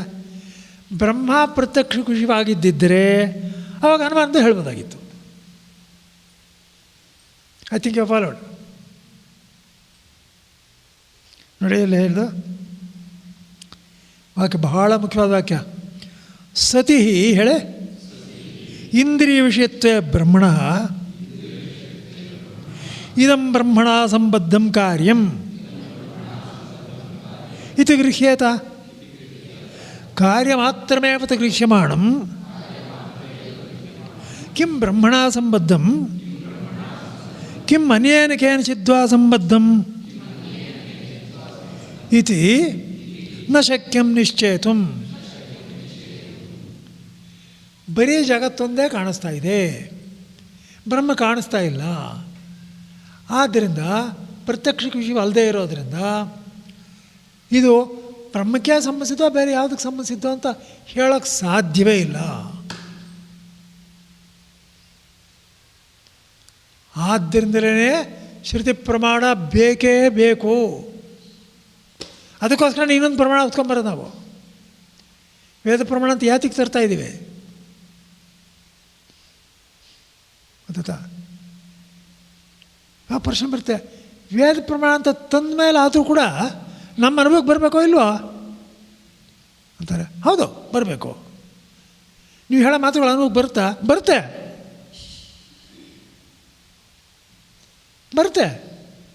ಅನುಭವಕ್ಕೆ ಬರ್ತಾ ಇಲ್ವೋ ನೀನೇ ನೋಡ್ತಾ ಇರೋ. ಈ ಜಗತ್ತು ನಮಗೆ ಕಣ್ಣು ಕಾಣಿಸುತ್ತೆ. ಯಾಕೆ ಅಂತಂದ್ರೆ ನಮಗೆ ಯಾವ ಯಂತ್ರ ಬೇಕೋ ಅದನ್ನ ನೋಡಕ್ಕೆ ಅದಿದೆ ನಮ್ಮ ಹತ್ರ, ಕಣ್ಣು ಬಾಯಿ ಮೂಗು ಎಲ್ಲ ಇದೆ. ಭಗವಂತ ಕಾಣಿಸಲ್ಲ. ಯಾಕೆ ಅಂದ್ರೆ ನಮಗೆ ಅದನ್ನ ತಿಳ್ಕೊಳ್ಳೋಕೆ ಯಾವ ಯಂತ್ರನೂ ನಮ್ಮಲ್ಲಿ ಇಲ್ಲ. ಸೊ ಅದನ್ನ ತಿಳ್ಕೊಳ್ಳೋ ಯಂತ್ರ ಯಾವುದು? ಬುದ್ಧಿನ. ನಾನು ಮುಂದಕ್ಕೆ ಕ್ರಾಸ್ ಮಾಡೋದು ಬೇಡ, ಅದು ಕ್ವಶನ್ ಬೇರೆ. ಅದನ್ನು ಹೇಗೆ ತಿಳ್ಕೊಳ್ಳೋದು ನಾವೇನಾಗಲಿ, ಆದರೆ ತಿಳ್ಕೊಳ್ಳೋಕ್ಕಾಗುತ್ತೆ, ವೆರಿಫೈ ಮಾಡ್ಬೋದು. ಅರ್ಥ ಆಗ್ತಾ ಇದೆಯಲ್ಲ? ಹೇಳಿ ನಿಲ್ಲಿಸ್ಕೊಳ್ಳ. ಹಾಂ ಹೇಳಿ. ಶ್ರುತಿ ಸ್ಮೃತಿ ಪುರಾಣಾನಾಂ ಆಲಯಂ ಕರುಣಾಲಯಂ ನಮಾಮಿ ಭಗವತ್ಪಾದಂ ಶಂಕರಂ ಲೋಕಶಂಕರಂ.